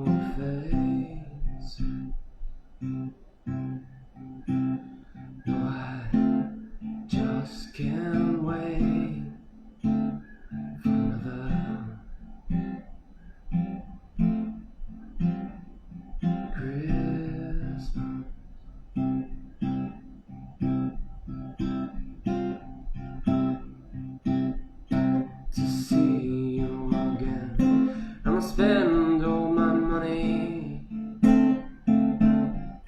flying around the country, if that means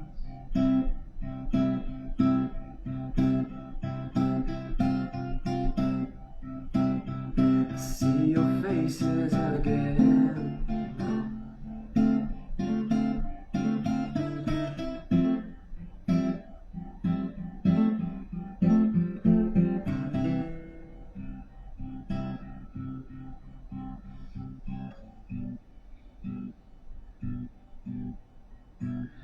How long have we got? How many hours or moments? Make the moment who you got. Make the moment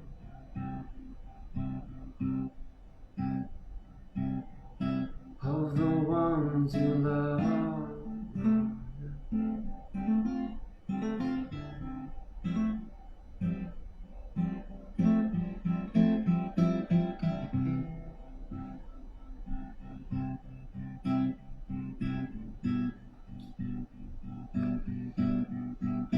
Don't obey your heart, life's too short. Life's too short now to hold back your love. Don't wait, no, don't wait for tomorrow. Today's what we've got. No, don't wait for tomorrow to show the moon you are. Don't obey your heart, life's too short. Life's too short now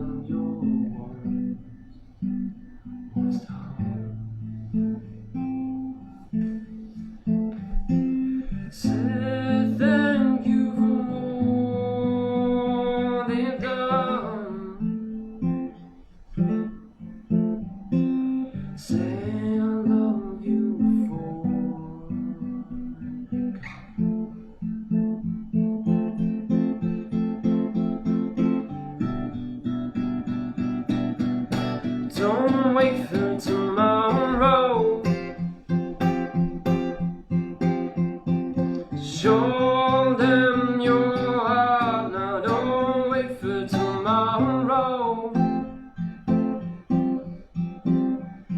to show them you love. Don't hold back your heart. Don't hold back. Say how you feel. Say your love. You know my heart. Don't hold back. Even if it's too sway them low. With those you love.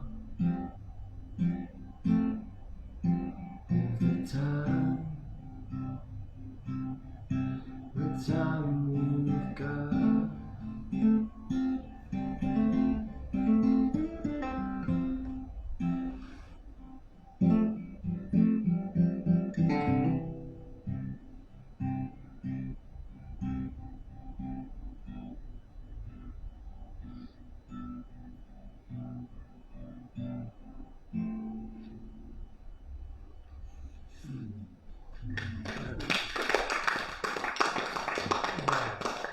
How is everybody? I'll just check it in. Loving it. That would have been We're loving it. You, everyone's Beautiful. that's good. Absolutely loving All right. Well, I've got a different tuning here with some magical songs in it. Give me a second. Now, does anyone in here struggle with slowing down by any chance? Is that maybe some reason why we meditate as well? Is to just teach ourselves to slow down and not be so caught up in our nervous systems? So I wrote a song about that to help me, remind me to slow down. And ironically, people think sometimes when I play the song, they're like, wow, like that's amazing. Like, did you learn how to slow down? I'm like, I do, yes, I did. But I wrote the song as almost like a prayer because there was no way when I wrote that song that I knew how to slow down. That I had to create a song that I felt I had to create in order for it to work for me. So sometimes the song is just a simple reminder just to breathe and relax. It's all good, guys. It's all good. Alright. Alright, so we'll start with that, I guess. I can remember how to play it. This happens. There it is. Alright. Slow down, everybody. Enjoy.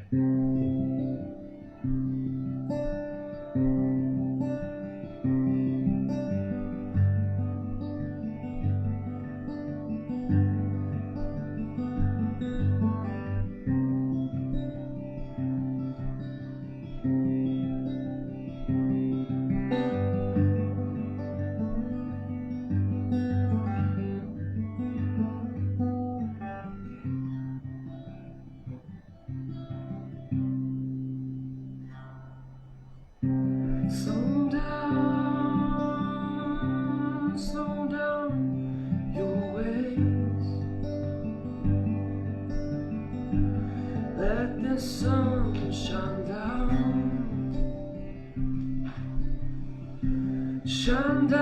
on your face.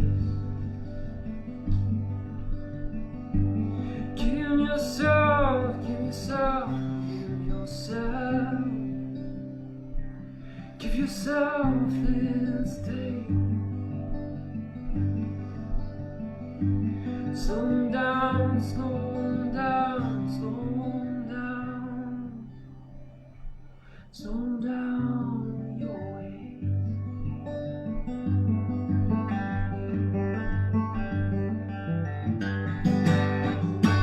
Slow down, slow down,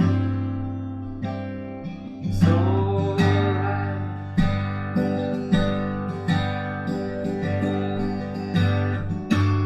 Oh,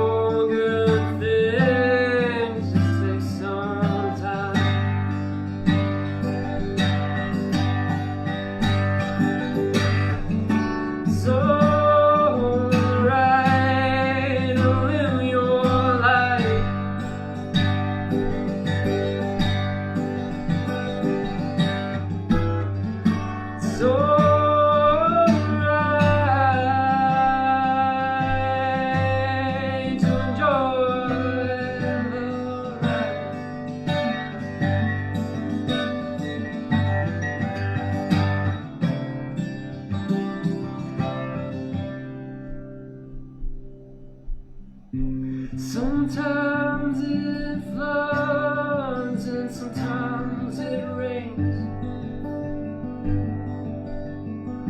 Remember storms past, bring about new days.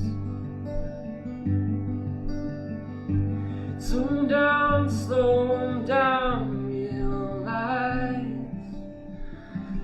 everything's okay. Slow down.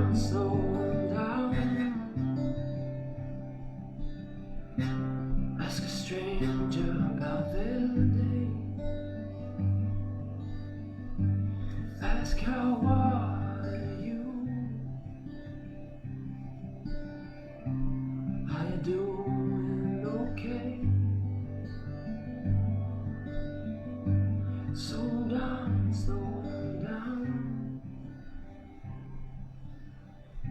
We're one and the same.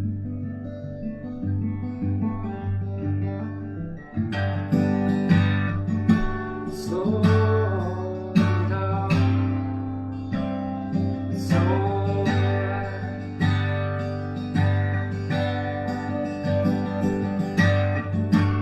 All good things take time.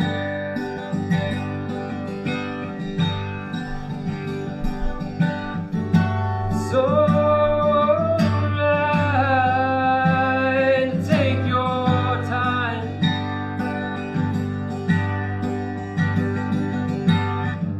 It's alright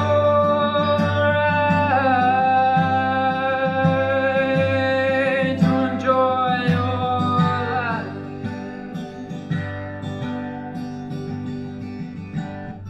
So slow down. Enjoy the ride.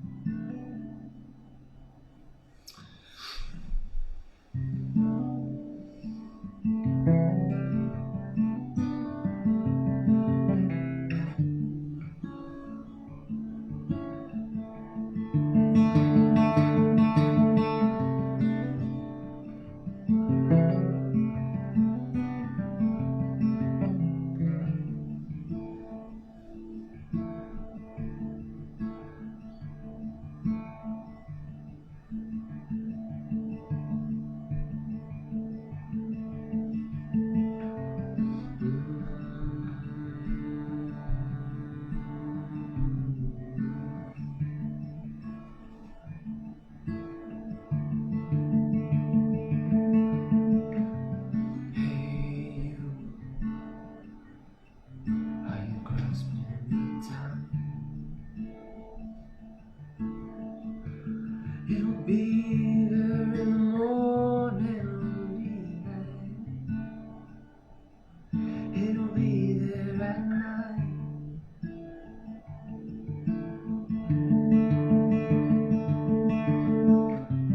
Take control.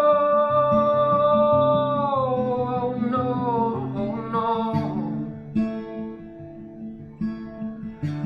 Let the plans fall.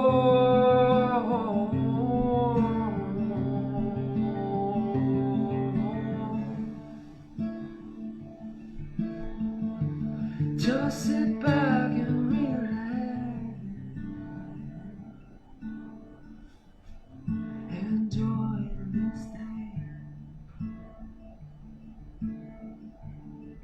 Just let go.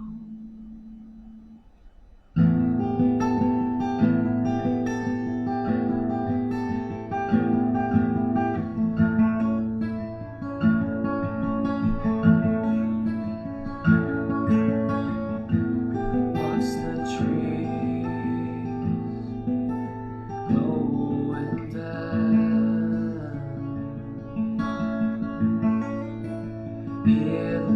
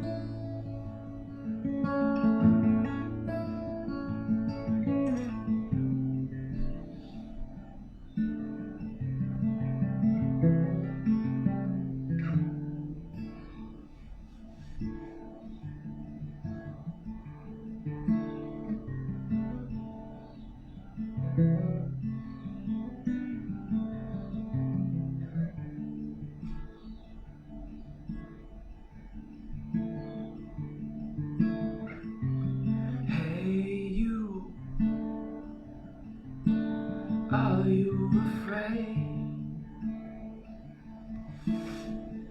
Staring fear you face is another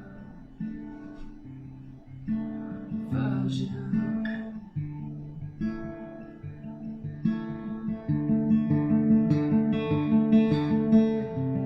Embrace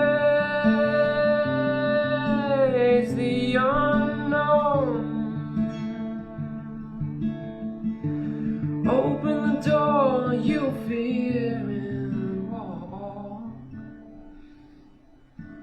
walk on through. Trust in you. Watch the trees going down. Hear the birds sing as they fly and dance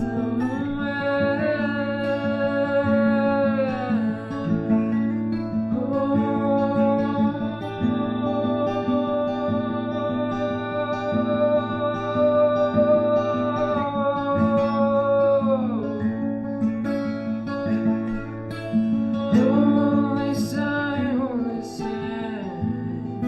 all they say.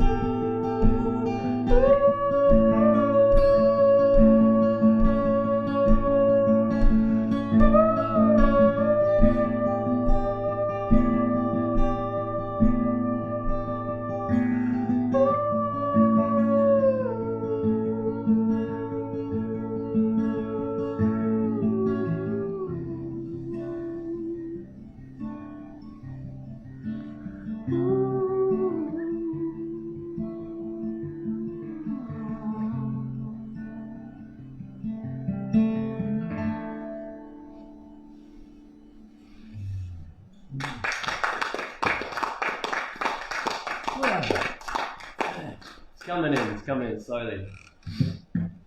Okay, I've got 2 more songs if everyone's okay for another 2 songs. How we going? Good, solid. Alright. I'm going to stand up for this one if that's okay, because it's quite a difficult song to sing without my diaphragm open. Yes. Alright. This next song, join with, yeah, sure.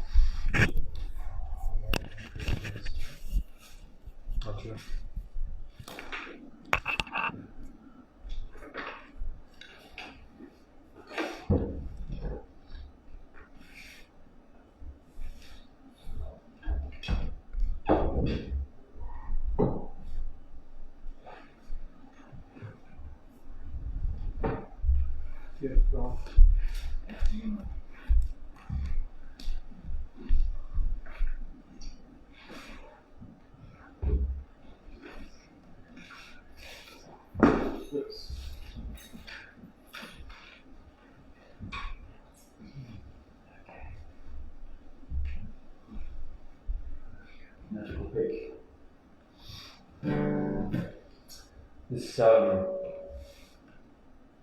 This next one is more of a collective song.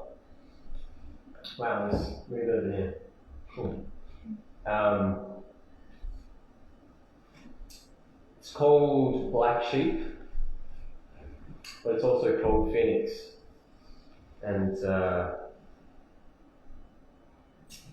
how can we find my words today? Interesting. But you get the gist.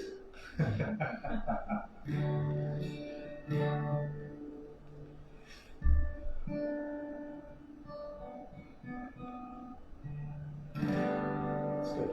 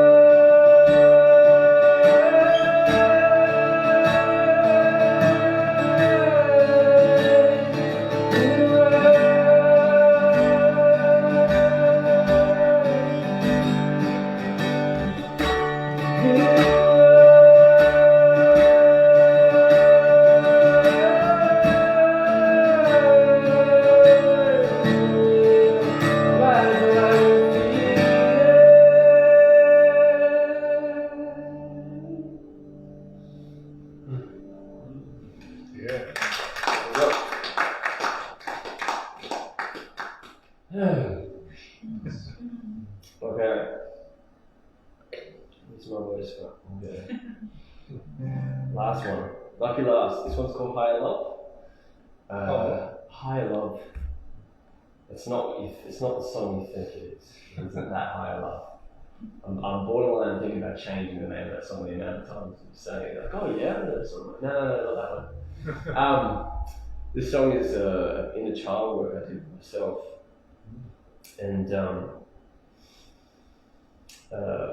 don't mean that lightly. I wrote this song while in it, and I was writing to myself, and it was like kind of like the quantum field,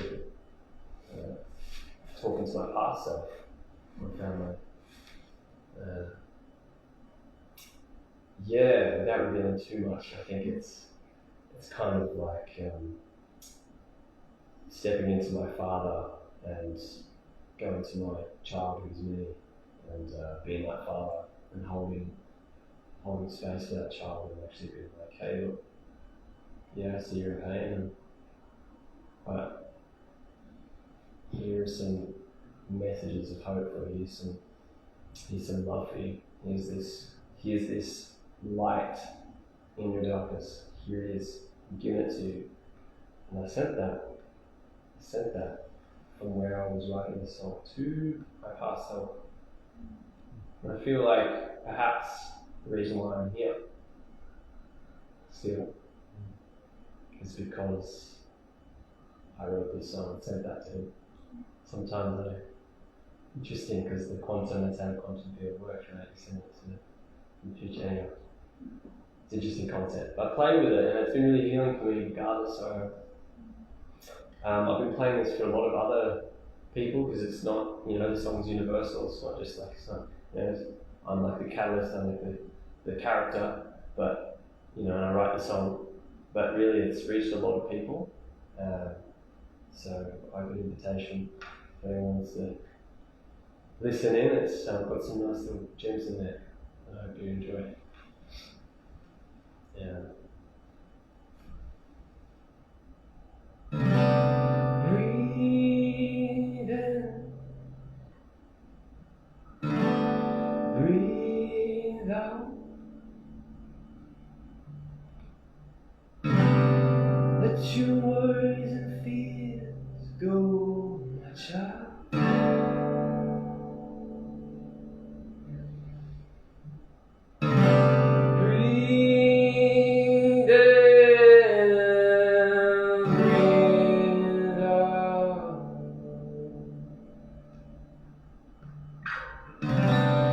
Stronger than your fears and your doubt.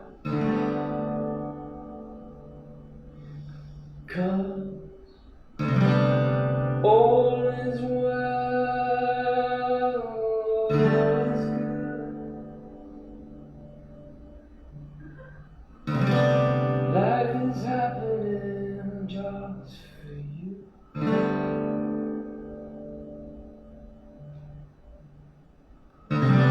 Give it time, we'll see it through.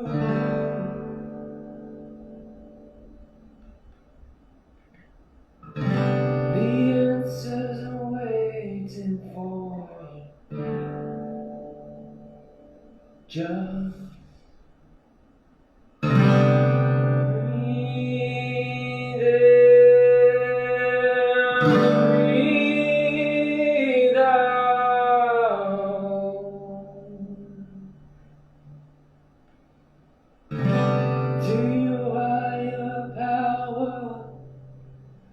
your high.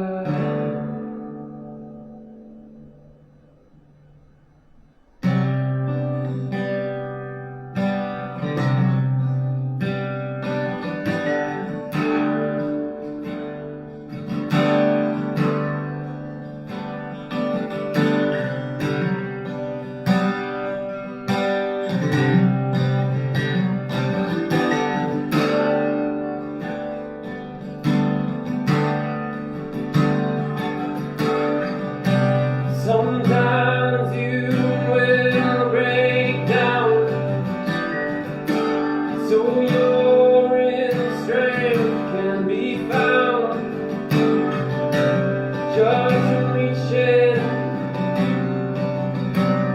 reach out.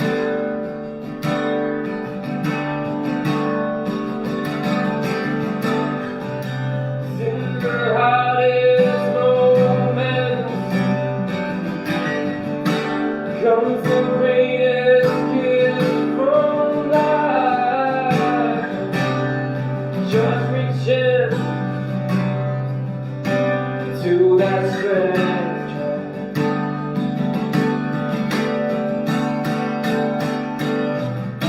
To know you're tired, don't give up. It's trial through fire, live from your heart. It's time you stand up and watch your work. It's time you realize you're enough. It's time to go higher,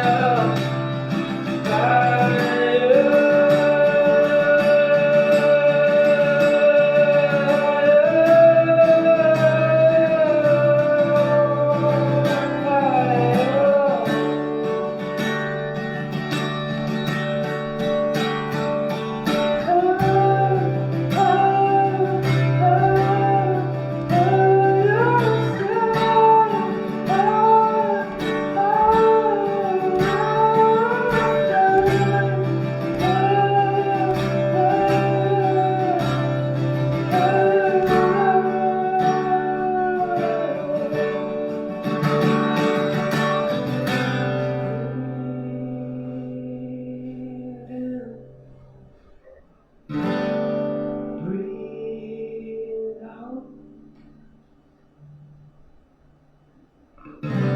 You can wipe those tears from your face now. 'Cause all is well, all is good. Life is happening just for you.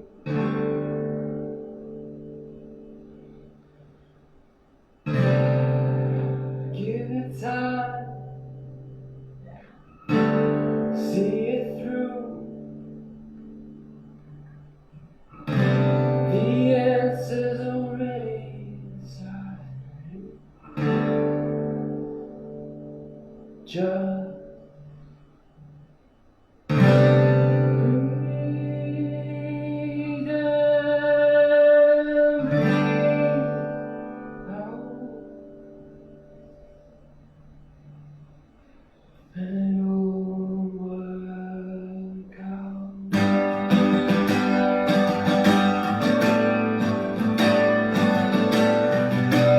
It'll work out.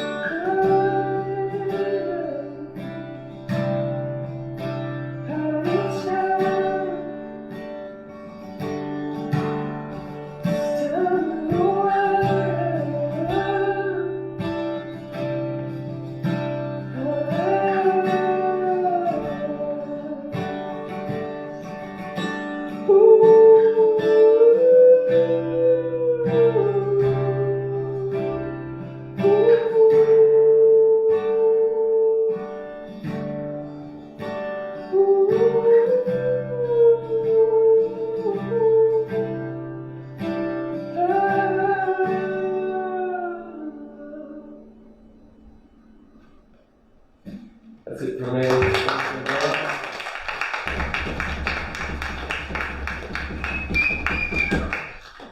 was the best one. That's my favourite out of all. And you can't change the name. Right. Yeah, I know, right? It's a lot.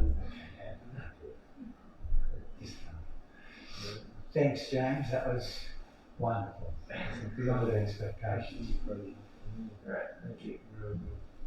James played at a gig. When was it? A month or two ago at one of Cynic's gigs, wasn't it? It was the Sacred Connections. Yes. And in fact, the Sacred Connection, I've had a chat to Cindy about doing a gig here, which would be based on the inner child work, which is quite extraordinary. Yeah. Is that something that would appeal to you, would it, Steve? Oh, okay. All right. So thank you, everyone. We're way over time. We have time for one more. No? St. James medicine. And James, good luck with Spotify and Yes. wherever else it's going to happen. Yes, I'm currently in the process of writing my first single. I can call it. It's like rewriting it. When you produce, it's rewriting it. So it's a very next chapter thing for me is to go over the songs I've got and be like, all right, let's build them into an actual song and have it there out, and where people can access it if they need it, they want something to touch in with, and so yeah. Now, often we finish off our days with a sharing circle where you get a chance to give one word or what you like that idea, do you? I love it. Oh, okay. I love it. Well, we'll do it.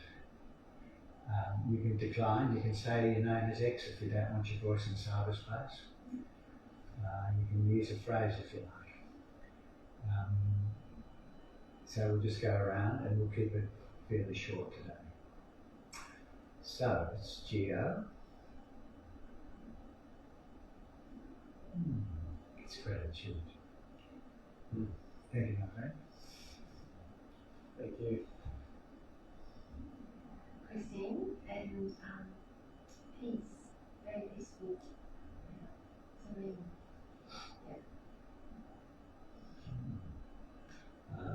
Michael, I think touching, the music was beautiful. Liam, and I think I was just on topic of the theme, just embracing listening. Just really trying to exercise it more. So today I did that.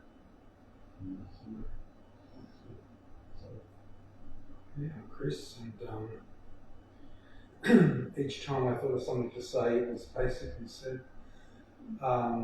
Just extremely grateful. The music is absolutely beautiful, but also extremely inspirational as well too. There's some very strong messages in there for people that are struggling. So thank you. Absolutely beautiful. You can, especially that last one. And don't change the name because Higher Love, the other Higher Love song that we know is in the world that we're not part of. Correct. So we're going to create our own new version, right? You don't change it. Thank you. Somebody searches Higher Love, right? They might accidentally click my song, right? They get a surprise. It might be a good little marketing trick. I'd like to say I'm massively grateful again just to be here. Have an opportunity. I'm quite nervous, to be honest. I'm not sure. I forgot a lot of my lyrics, and the perfectionist in me says I didn't fully give you my best performances, but at the same time, I'm extremely grateful to even just have the opportunity to share and to be receiving some new some new information and learning. I recently wanted to share something really quickly. Is the more knowledge that we gain, the more the brain, because the brain is the most powerful thing, and the more knowledge we acquire in the brain creates more choices and more neuroplasticity, more neurological connections. that we can consciously change too. And this is so important because I'm doing Joe Dispenza